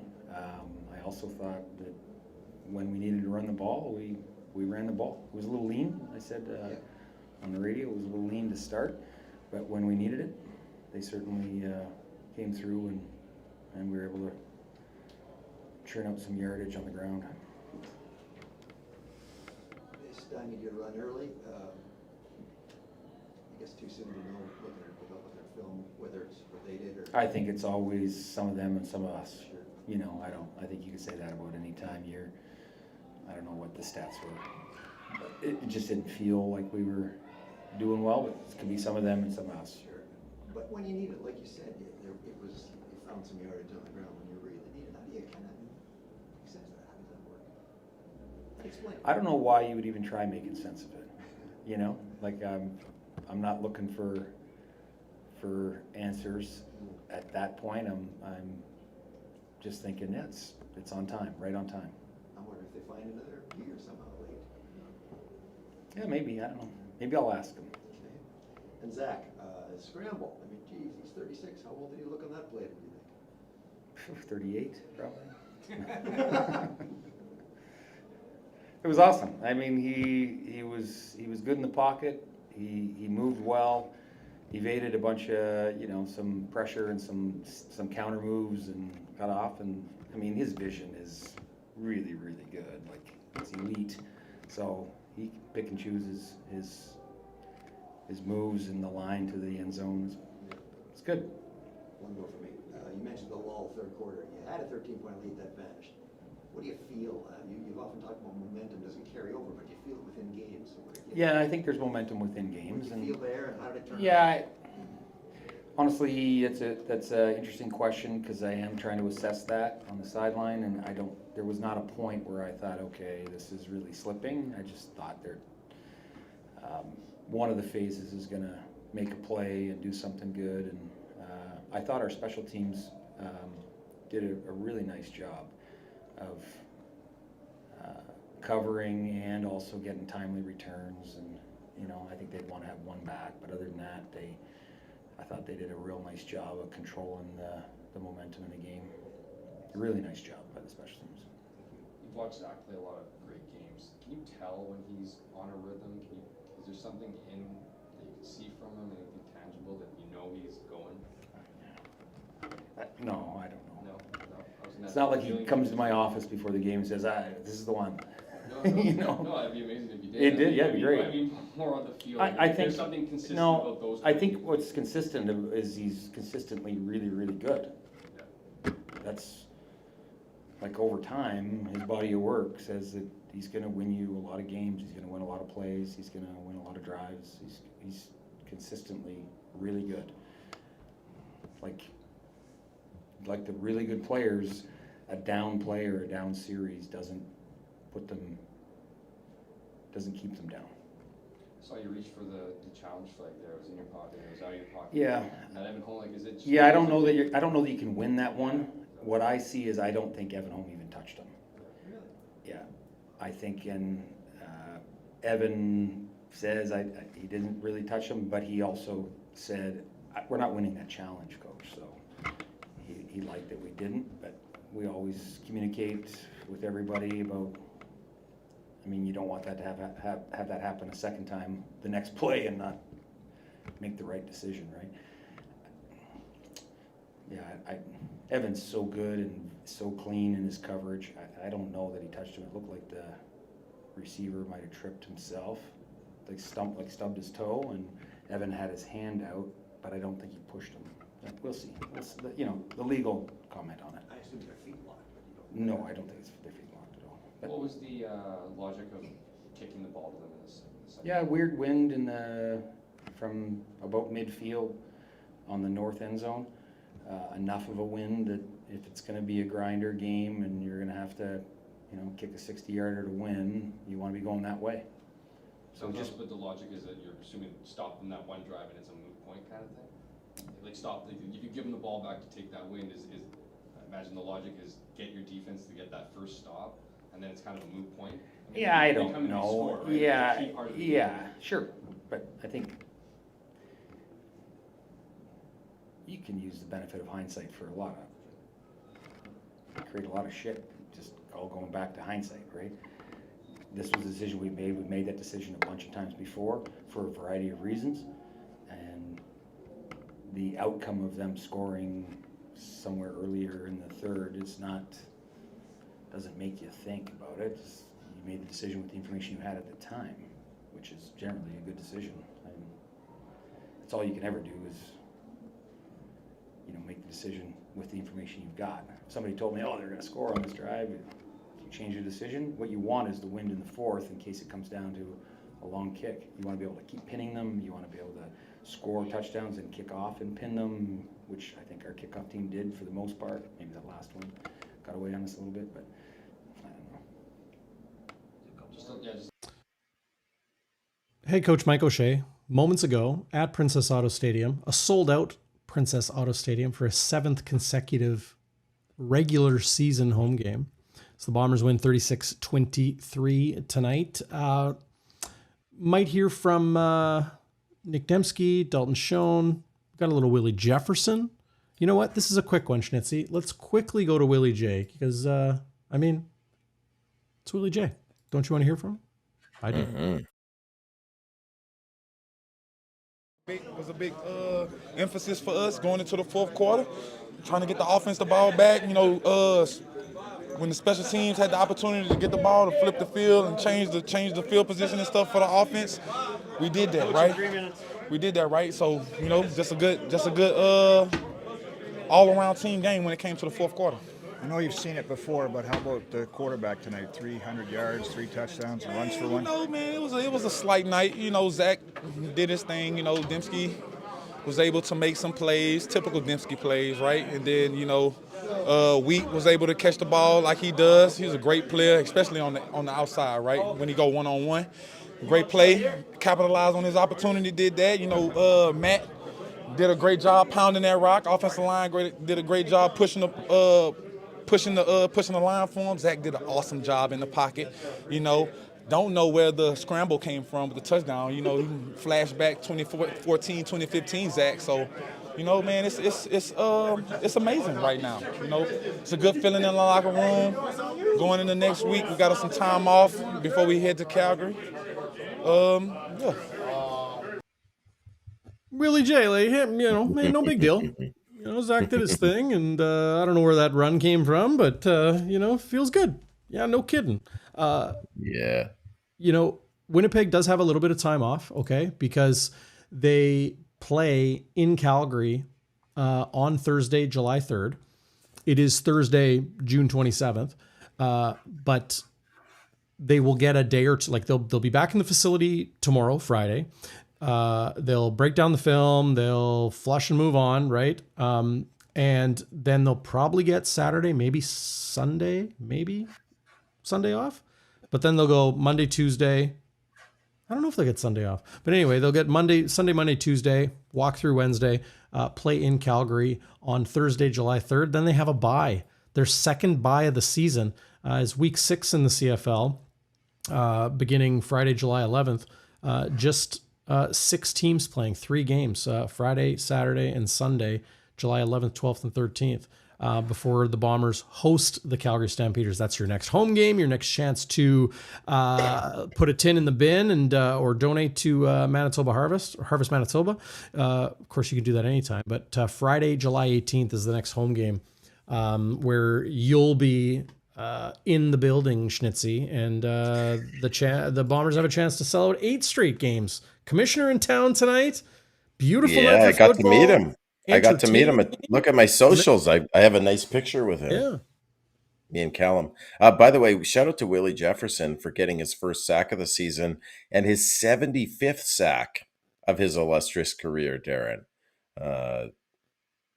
He's just such a funny interview. Holy, he's great. Yeah, he's tarps great. off, boys. Tarps off. What's your WALBY'S warrior?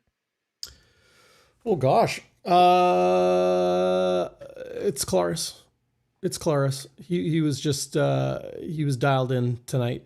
Honorable to Demski. I mean, game time decision. He told reporters yesterday, like I wasn't down there. I was doing the pregame show with Chris Walby, as we do always, live the day before the game, 3:00, 3:15. Be sure to join us next week as well. He told reporters, I'm probably good to go. So it's not like he's playing through something absolutely nuts. It's just his ankle was tender this week. It's football. Guys got to play through things. Demski's a dude, man. He's just going to go do it. So big ups to him. But yeah, Zach Collaros is my WALBY'S warrior tonight. What's your Westwood wide to the right? Dude, I love me some Princess Auto Stadium fans. You know that. I love the crowd. I am part of the crowd. I am one of the fans. In fact, someone I was talking to asked me, how did you get on Bonfire Sports? What? What does like, that mean? How did you get on Bonfire? How did you start working with Darrin? I'm like, that's a fair question. I'm just an idiot fan. But here's what makes me not a complete idiot. I may be an idiot, not a complete idiot. I do not do the freaking wave before the 3-minute warning when the game is still in the balance. Folks, some of you started doing the wave when the Bombers were on offense, so you're making noise when you shouldn't be. And then there's doing the wave with like 3 minutes and 30 seconds left. It's a 10-point game. The game is not over. You've seen you've seen Edmonton with the backdoor covers, but you've seen Edmonton come back in those times in garbage time. The game's not over. Mm-hmm. And the way you shouldn't be making noise when the Bombers are on offense. And I just cannot stand it. And it reminds me of 2022. The Bombers were 9-0. Remember that game? It's the infamous Mark Leggio walk-off miss from like 27 yards to make the Bombers 10-0 for the first time in like 55 years. And Leggio muffs like the worst kick I've ever seen. You guys all remember what I'm talking about. He misses it and doesn't even get the single for the walk-off, and then they lose in overtime. And the Bombers fans were doing the wave in a 7-point game midway through the fourth quarter. And what happens the next play? Collaros gets strip sacked, and Montreal goes and scores a tying touchdown. Like, you just shouldn't be doing the wave till the game is clearly over. That's all I got to say. Here's Russ Lowen. Dude in my section spent the entire fourth quarter trying to make the wave, starting when we were only up by 3 points, says Russ Lowen. Good to have you in the live chat, Russ. Yeah, I mean, there you go, waiters. Make a GIF out of that. A GIF or GIF. That's a fair Westwood wide to the right. Can I throw another Westwood wide to the right? Yep. Can I do 2? No, but go ahead. I love it, Darrin. I love it. Okay. This is my Westwood wide to the right. Blown coverage. Okay, you do yours, and then I'll do my secondary Westwood wide to the right. Go ahead. I just did. Well, no, you didn't. What's your Westwood wide to the right? I just said, this is my Westwood wide to the right. Blown coverage on the KJ Grant. Oh, yeah. What happened there? I missed that in the show. I guess. We broke. I guess you're going to have to watch the replay. Okay, I'll watch the replay. On YouTube. You know I always do. I know you. By the way, shout out to waiters. Just a class act. Yeah. My son and I rewatched the game the other day. It's now our tradition. We rewatched the entire waiters broadcast. lots to be thankful for with my boy Waiters. So my secondary wide to the right was Trey Vaval. Schnitzy, How the hell do you say his last name? Some people say Vaval, some people say Vaval, some people say Vaval. It's Vaval, like it's gravel. Vaval. Okay. Like See, I knew you'd know that, Darrin. And Vaval. you know how you remember? He's got the checkered flag tattoo on his neck, right? Because he likes dirt biking in the gravel. Yeah. Oh, nice. A bit of a mnemonic there, Darrin. I like it. Here's the thing, Schnitzy, and no knock on Waiters, but if you subscribe to TSN, which I know you do because you watch the games, right? Yeah. You can watch them again on TSN. Yeah, but there's all these commercials. I don't know. Ain't nobody want to watch commercials. Wow. Yeah. That's why I'm a Waiters. That's why I'm a Waiters guy. Actually, there's another guy too, the Zip, who does a more condensed version. And now the Bombers are actually putting out a condensed version of the game. The CFL is always, that's not, yes, the Bombers do that, but the CFL has always done that. The Bombers are just using that condensed. Right? No. The CFL has always done the game recaps, which you can watch, of course, for free. And they're usually about 10 minutes. Yeah. But these are different. These are like, I think they were like 30-minute condensed games. Where are they? Heftier. I saw it on YouTube, but I'm not exactly. I don't remember exactly. Well, I'm still a Waiters guy. You can watch GameDay After Dark and get commentary and the highlights and the better look, all of that. Bringing down Waiters channel. No, I don't think so. No, man. Waiters is the guy. Okay, so Trey Vaval, like gravel. He dropped a punt today and caused the turnover. Luckily, it didn't do any damage for the Bombers. I believe Edmonton either didn't score there or just kicked a field goal. So it wasn't catastrophic, but those things happen. And in the stands, I don't know, people can jump in on the chat. It was a crazy punt from who's the Elks punter? Like it was just an absolute boomer. And what I saw, and not that there was much of a wind. Cody Grace, he's the best punter in the CFL. It's Cody Grace. So the ball sort of shifted in the air, and Vaval sort of had struggled with it, and he fumbled it. That happens, right? But this is the third game in the row Vaval has had a kick or punt that he's either bobbled or dropped. And on the first game, he dropped one, but he hopped on it, so it wasn't a turnover. Second game, he bobbled one and almost dropped it. So I really, really like Trey Vaval, Darrin. Mm-hmm. Once again, he was excellent on returns. He had 7 punt returns for 70 yards. That's a 10-yard average. That's pretty good. That's above average. He had a large of 25. I would say most punt returns are anywhere between my like tongue hurts. 6 and what? Nothing. I'm biting my tongue. Okay. He had a 25-yard punt return. That's pretty good. Like, isn't the average on a punt return around 8 yards? I remember reading that. Maybe I'm wrong. Yeah. So 10 yards is a bit above average. His kickoff returns are average. He averaged 32 yards. And a long of 36. Like, that's really good. He hits the hole really well. He hasn't busted one. But in any case, my secondary wide to the right is like he's got to clean that up. War paint on this guy? Look at the war paint on Trey Vaval. He's just got to clean it up. That's all. He's young. He's a rookie. What did Dave Ritchie say? For every rookie on your roster, you're going to lose one game.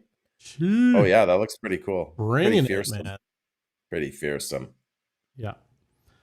So I think if he can clean that up, then he can be a good returner in this league. Yeah. I like his game. That's a tough one. It pops off the shoulder pads. Immediately after this, Winnipeg gets the ball back. This gets a game ball from me. Right at Cramdy. Boo! Punches it out. Yeah, that was a great play. Yeah. So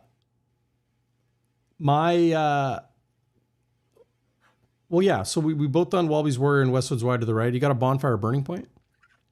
I absolutely do have a bonfire burning point. I know some people are saying it's the Collaros touchdown, the rushing touchdown, the 14-yarder. That's fair. Drop your burning point in the chat, folks. I'd love to see what they are. My burning point is something you know what? that happened. What? You got to get into the show earlier. I know you're at the game. You got to come out. Look at that punch, man. Great play by Reddick Ramsey. People fire up their bonfire burning point right out of the gate. Okay, I'm sorry for interrupting you. Go ahead. You're not sorry for interrupting me. You're right. I'm never. Hey, we have like a murderer's row of media people in this chat. We've got Winnipeg Sports Talk. We've got Connor Rabchak. We had Hammer in here. Mm-hmm. We have Waiters. All the people. Yeah, I see Waiters as a media. Absolutely, he's a media. No, he's not a media guy. He's my boy. Winnipeg Gordo. Respectfully, I should give a super chat to Waiters for all the Waiters videos I've watched. Yeah. Respectfully, Winnipeg Gordo keeps a lot of media guys in check. So my burning point wasn't actually Zach's TD. Like I said, Edmonton came storming back, ties the game at 23 in the third quarter, at 5:42 of the third quarter. Yeah. But then for me, Darren, that game was deadlocked. Like Edmonton had all the momentum. They could have taken the game over. The defense stiffened up. And then there was a huge 45-yard pass on first down from the Bomber 43 with 13:24 left in the fourth quarter. I thought it was Zach's best throw of the night. I don't know if you could pull it up or you already showed it. Just the arm angle, and I only saw it once. I didn't get to see it on replay, but it looked like his arm, it was almost like a sidearm, but it was an absolute bullet to Kevin's Clercius for 45 yards. And I just thought that really flipped the field. They weren't able to do anything else in that drive. They had to settle for a field goal. There was 2 incomplete passes after that. But Castillo hits a 30-yard field goal with 12:24 left, and the Bombers never relinquished that lead. And I just thought that was such a perfect microcosm of the game where the Bombers really lived and died on that big long pass today. I think Edmonton had one explosion pass of 30+ yards, which was I thought Edmonton was living and dying on taking those deep shots, and Winnipeg did a good job in the possession passing game with Dalton Schoen. Not a lot of yards, but 4 second down conversions. Kevin's Clercius had the big chunk, but also had a couple key catches for shorter yardage. The big plays were the scoring plays. I thought Collaros did a great job taking what they gave him and diced him at 14 straight completions. Yeah. Oh, I didn't know that. That's impressive. You did. Well, Collaros was on point, but 3 30-yard passes is pretty good in the CFL, and Edmonton only had one, and it was a broken play. So I just thought that play for me, that's where the game really turned, and the Bombers didn't really look back from there. Mandy Moore fan says, DB, can you explain the term spying to my aunt in football terms? I'll do the best I can with this play. This is the Zach Collaros touchdown. A spy is a player that is locked in on the quarterback, a QB spy. You can have a running back spy where they would just lock in on the tailback, right? But generally spying is you spy the QB. So here is Niles Morgan, number 45, middle of your screen, and Zach Collaros, of course. And Niles Morgan, Edmonton's middle linebacker, is going to just sit and read Collaros. When Collaros dances to the right or pops left, Morgan pops left. He pops back to the right. He's just watching Collaros the whole time. Unfortunately, Niles Morgan blew it. Let somebody probably a little bit less fleet of foot then the Elks linebacker beat him. That's what spying is. You're just watching the quarterback the whole time. Here's Niles Morgan spying Zach Collaros. Yeah, there you go. That's it. My bonfire burning point was that Zach Collaros touchdown, because that put the Bombers up by 10. It wasn't just that touchdown, but that was a 11-play, 86-yard drive that lasted almost 6 minutes. You know, it included Matthew Peterson's only, I think it might have been Winnipeg's only run on first down. It's almost like their game plan was to pass on first down the whole game to screw Edmonton up, because it was midway through the fourth quarter. It was a rare first down run for Peterson. That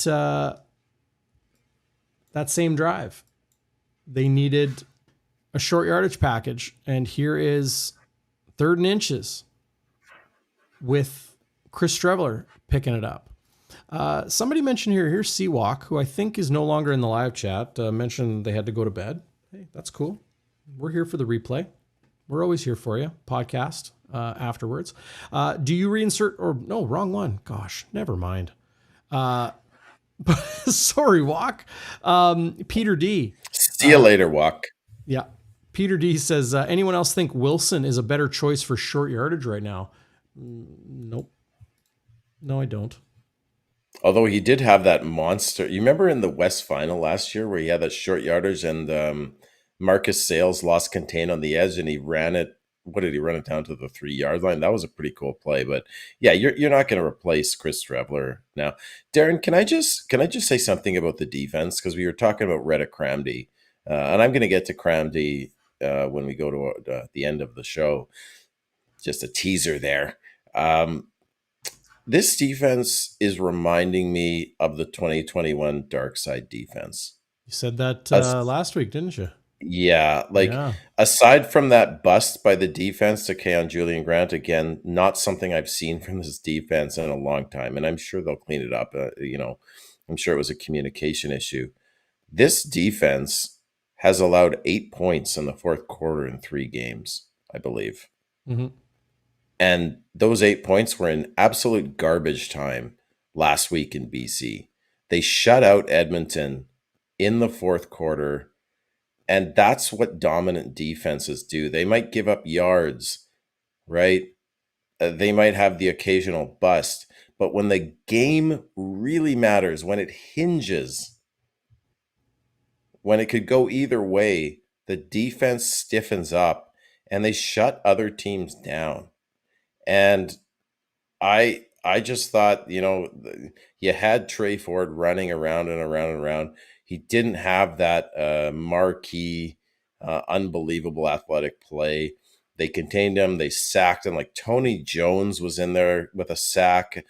Jordan Younger, I don't know what happened in the offseason. I don't know if it's a personnel change, Darren. 3-man rush, by the way. 3-man rush. Yeah. So there was the typical 3-man rush, dropping a bunch of DBs into coverage and that matched coverage they like to run. But he is blitzing early and often, and blitzing is sexier than dropping 9 into coverage or whatever he does. But when you're in the stands and the Bombers blitz and they rush the quarterback or they get home on a sack, it is just an absolute thing of beauty. Bomber fans love defense, big time pressure. And I love that Jordan Younger is mixing that in to his defense. And I think that dark side defense didn't allow a fourth quarter touchdown until week 14. I don't remember exactly, against Calgary. So I just think they're playing great football, this defense. Richie Hall's defense, it was his defense that was that dark side defense, right? That's what they did. Like, Jordan Younger hasn't done anything exotic from Richie Hall. Richie Hall's still on the staff. It's just some different things. It's just a fresh kind of, they say like a new broom sweeps clean, right? Love it. You like that one, eh? I like that. It's a new broom, but it's like the same. It's the same thing they've been doing, right?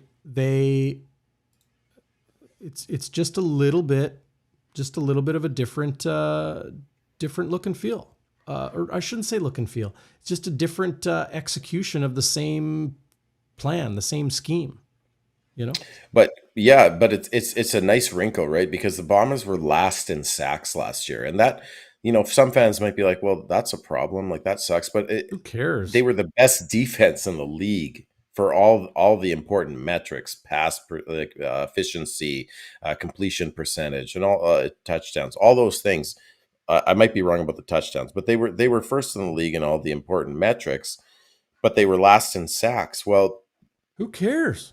Who cares? But listen, tonight they had 3 sacks, two of them from linebackers, Tony Jones and Kyrie Wilson. Kyrie Wilson, that's the second sack of the year. And if linebackers are getting sacks, would it be fair to say that's probably a little bit more of an exotic blitz? It's linebackers rushing through the hole, and it's great to have multiple looks like that. You have Michael Ayers, the linebacker, listed as a defensive end on the depth chart. I know that he's not a defensive end. I understand. I know he's not. But my point is that Jordan Younger loves defensive players that are versatile, that can rush the quarterback, that can cover guys in open space, right? Who can tackle in the box. And linebacker. Tony Jones, again, has the most tackles on the team. Second week in a row, he has a quarterback sack and 6 total tackles. It's just, again, we talked about the receivers, like 4 receivers having 50-plus yards receiving. You have 1, 2, 3, 4 guys with over 4 tackles. James Vaughters, I thought, had a really good game, 4 tackles. Kyrie Wilson, again, he's had some injury troubles. I think he's played well, and he's, they paid this Jonathan Jones guy, who can play will and middle linebacker, I believe, quite a bit of money. He hasn't seen the field because Kyrie Wilson's been playing great. So I'm just really loving this defense so far. Couldn't agree more. We agree on something. I was just once in a while.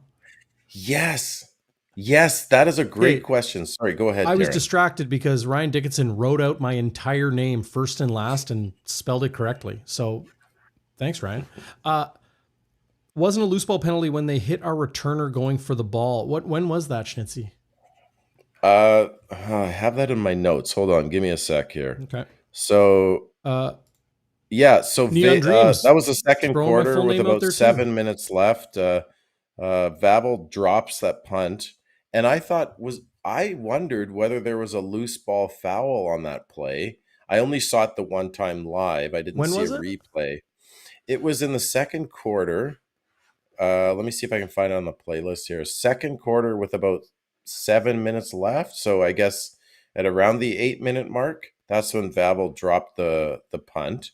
Right. And I had wondered whether there was 7:10 left in the second quarter.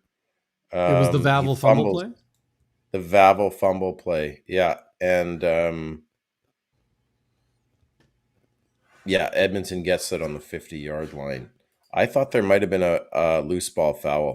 See, that guy comes in and he tackles him when the ball is live. And I wonder, like, you can't take a guy out of the play like that when they're trying to recover a loose ball. You saw that happen in the Grey Cup against Kyrie Wilson, right? He got that loose ball foul. Yeah. I don't know. What do you think?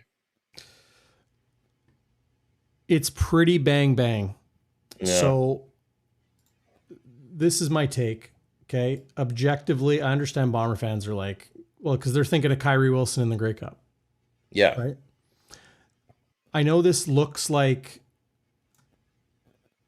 there's a fair amount of time between the fumble and him getting hit, but this cover guy, whoever it is, whoever hits him, I'll see if I can pull a number. Bonhomme is his name. Bonhomme. Oh, Bonhomme de Neige. Bonhomme de Neige. Snowman. Yeah, love it. So Bonham's going 100 miles an hour here. Yeah. Or, maybe. Well, he's the gunner, right? Maybe 17. Whatever man speed is in pro football. You can't expect him to hit the brakes, because imagine this is bobbled off his shoulder and then he reaches out and grabs it. Before it hits the turf. Yeah. That's why they're not going to call that penalty. You give him that courtesy, if you will. See, folks, this is what you watch on YouTube, because what you can witness again and again, Schnitzy's great takes be completely deflated by video evidence by Darrin. Thanks a lot. Thanks a lot. I was like, I don't know, that might have been a loose ball foul. No, you're absolutely right. It's not a loose ball foul. Yeah. He can't be expected to pull up in that situation. A lot of people talking about Adam Bighill, if he'll be ready to play for the Calgary Stampeders in 7 days' time. Well, it's after midnight, Schnitzy, so 6 days' time. Awesome to see everybody hanging out in the live chat, by the way. Well over 500. That's awesome. Always great. Schnitzy loves the numbers. I love numbers. Yeah. I love you numbers. Love big numbers of people watching you.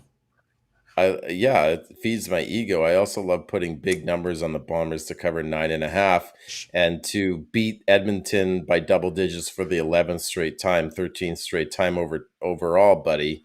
Love those numbers. Schnitzy has got the ego of a king. And that's what you would say. That's what Schnitzy would say, speaking in the third person. No, I'm extremely self-conscious. That's why I need numbers to boost my ego, to make me feel good. But it never lasts, so I need a new hit every week. I need another hit. You need that dope hit. I need that dope I don't mean dope. I mean dopamine. Dope, yeah. Well, I have ADHD. We're low on dopamine. Why did they call it dope? Because it makes the dopamine jump, right? Yeah, exactly. Yeah. Attaboy, Schnitzy. Schnitzy. Wayne Schnitzy. I love that. Someone called me Wiener Schnitzel. Up, Lisa?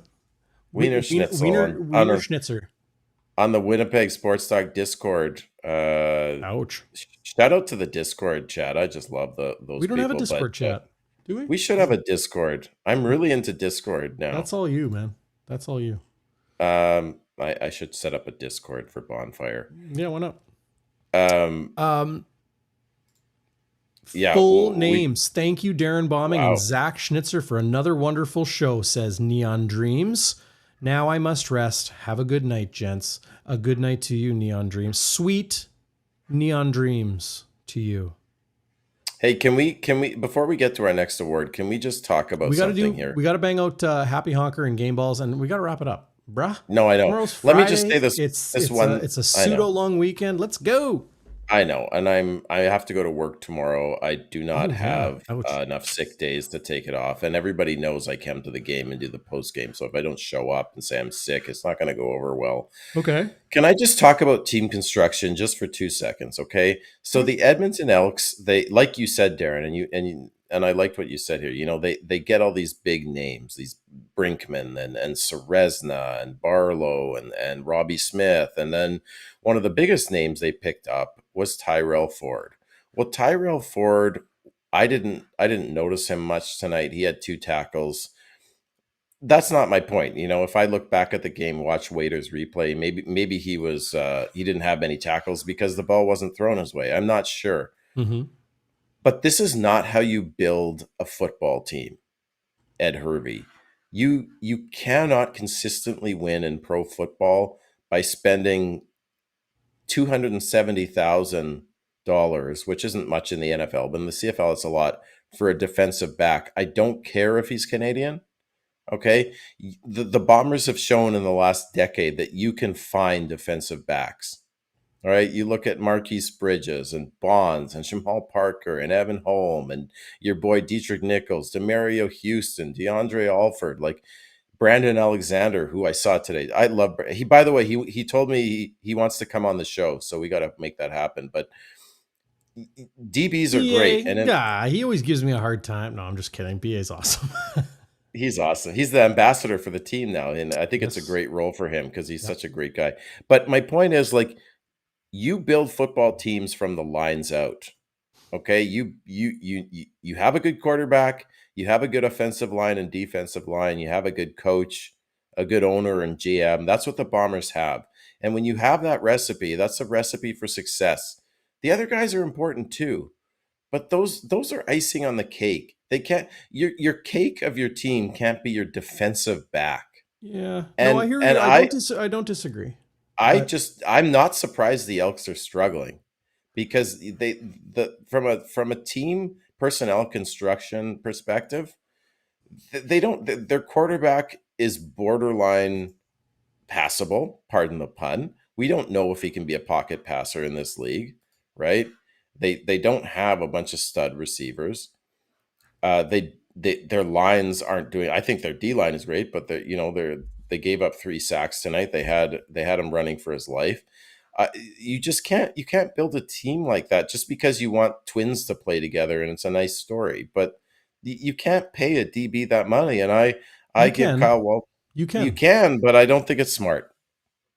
I don't think it's smart. For sure, but it's not like the reason they can pay Tyrell Ford that money is because they're not paying they're not paying Trey Ford $500,000. So they could go pay Jake Ceresna and Alex Brinkman and Robbie Smith, and they could go get Royce Metchie and Tyrell Ford and add Keon Julian Grant and Stephen Dunbar and Brett Boyko, a Canadian right tackle, as a ratio breaker, right? They were without David Beard tonight. Yeah, that's fair. They got Mark, all CFL center last year for Edmonton. Mark Cordy, Ivy, what's his name? Forgive me. Martez Ivy, great left tackle. Curly Gittens Jr. They brought in via free agency a couple years ago. Cody Fajardo is their backup. I don't hate what Edmonton has done roster construction wise. I feel a little bit different than you, right?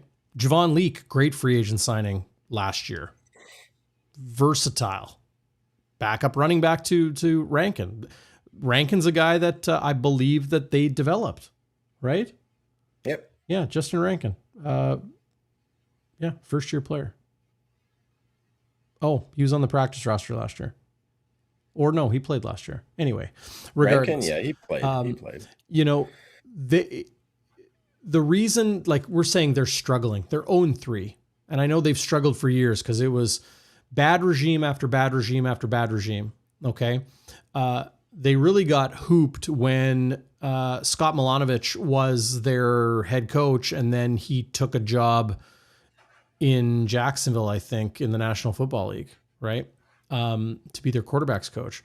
It left them kind of in a tight spot, and they've been looking for that stability for a long time, stability in ownership as well.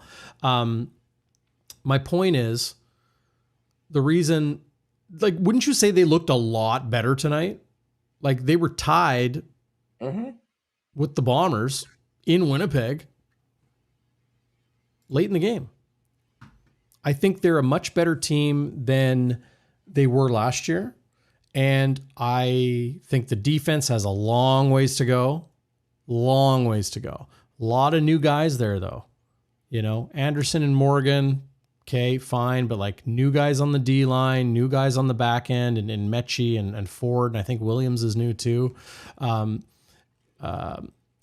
But Edmonton, it's a quarterback-driven league in so many respects. And it's, I think, Trey Ford, there he is, and offensive coordinator Jordan Maksimic will gel and meld and be better.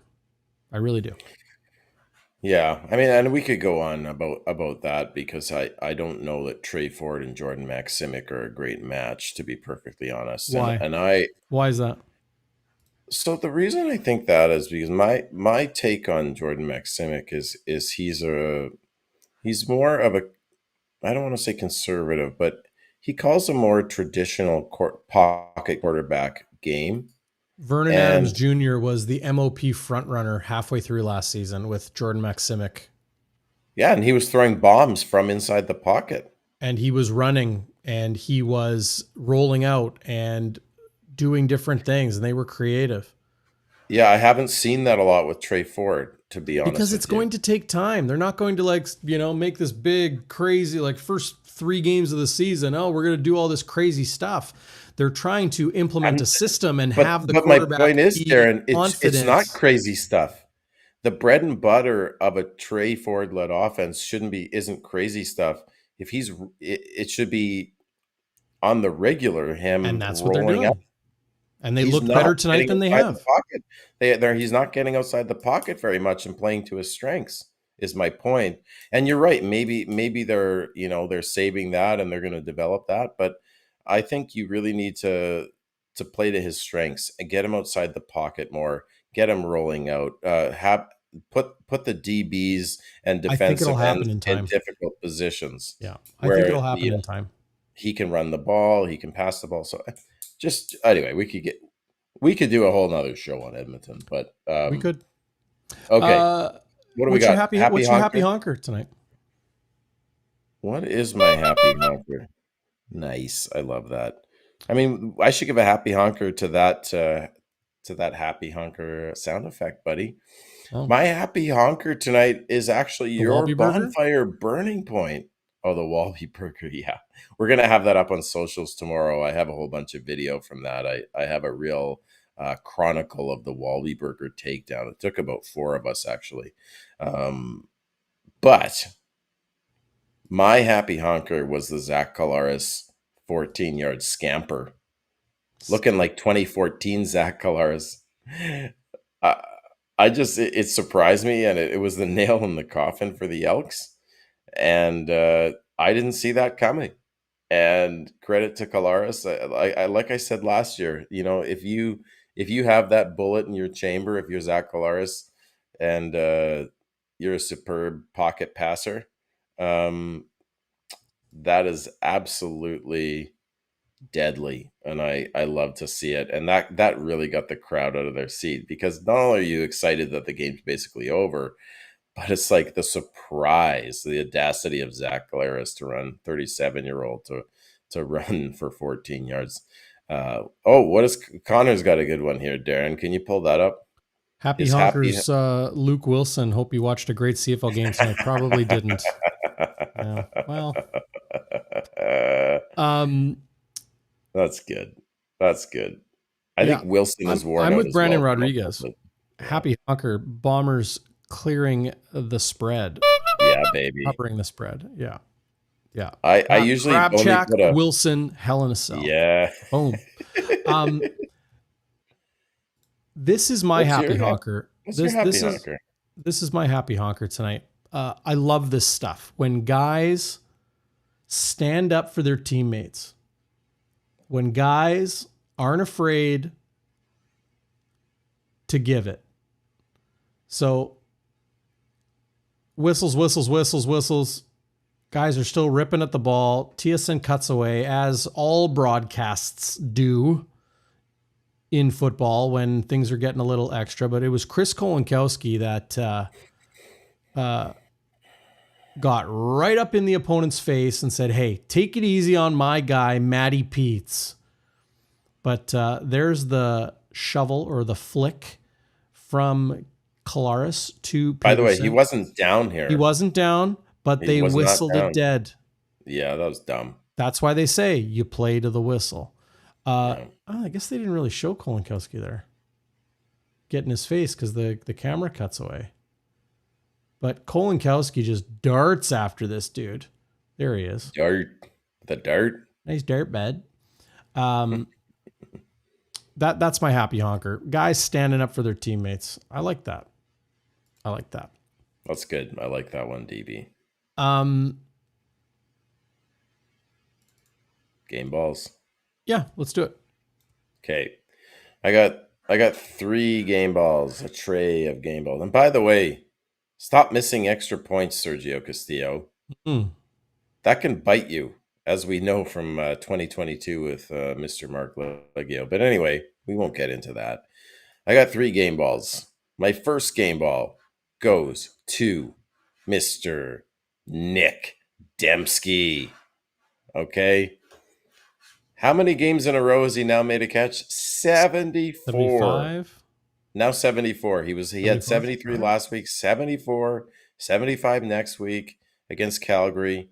He needed 55 yards tonight to pass Darvin Adams on the Bombers' all-time reception yard list. He did that. I believe he's now 10th. I'd have to check Are you into sure? that. Yeah. I'm sure about what? That he passed Darvin. Yeah, because he only needed 55 and he got 97 tonight. So I'm not. I didn't write down. That graphic. Here it is. That graphic. See, it was posted in the second quarter. So I thought that it. Here it is. Hang on a sec. I thought that this was updated to that moment because Demski went off in the first quarter and a half, right? So yeah, he absolutely passed Darvin Adams and moved into the top 10. He's in the top 10, baby. So that was exciting, and I thought Willie was 75 sacks. Thanks, Gordo. Yeah. So Demski 5 catches on 7 targets for 97 yards. He has the 2 tutties with a large of 60 with 35 yards of yak, 1 second down conversion. So I thought Demski had a great game. Keep in mind last week he was stifled for 1 yard. 1 yard of receptions. So I love Demski's game. The shovel. Yeah. The second game ball for me, Darren, goes to 𝘎𝙤𝙤𝙧𝙚. We've talked about this, how he's called a Sam or a cover linebacker. He's really a DB. But that's a really hard position to play in professional football. And he had that forced fumble today. He was second on the team in tackles with 5. And this guy in week 1 was on Pro Football Focus's what do they call it? Team of the week. So they pick a player from each position who grades out the best. And 𝘎𝙤𝙤𝙧𝙚 was the best cover linebacker in the CFL, according to Pro Football Focus. Now, I know Pro Football Focus, you take those stats in context. People argue that the people who grade them, they don't necessarily know the play calls. No stat is perfect, but I think it's just further evidence of how good 𝘎𝙤𝙤𝙧𝙚 is. And I think he's underrated. I don't think anybody talks about him. And I love his nickname, the Prick. Mike O'Shea calls him the Prick. He plays like a prick. Yeah, I love it. I love it. You want a guy to play like a prick because Mike O'Shea played like a prick. Yeah, that's true. And then he did. Yeah, he did. And then my number 1 game ball goes to the quarterback. This is a quarterback-driven league. Collaros came out on fire in week 3 against BC, leading them for that 8-minute drive with that dart to Dalton Schoen in the end zone for his 200th passing touchdown. Well, tonight he gets 202, 203, and 204, which happens to be our area code, buddy. 204 passing yards for Zach Collaros, his 51st win as a Bomber.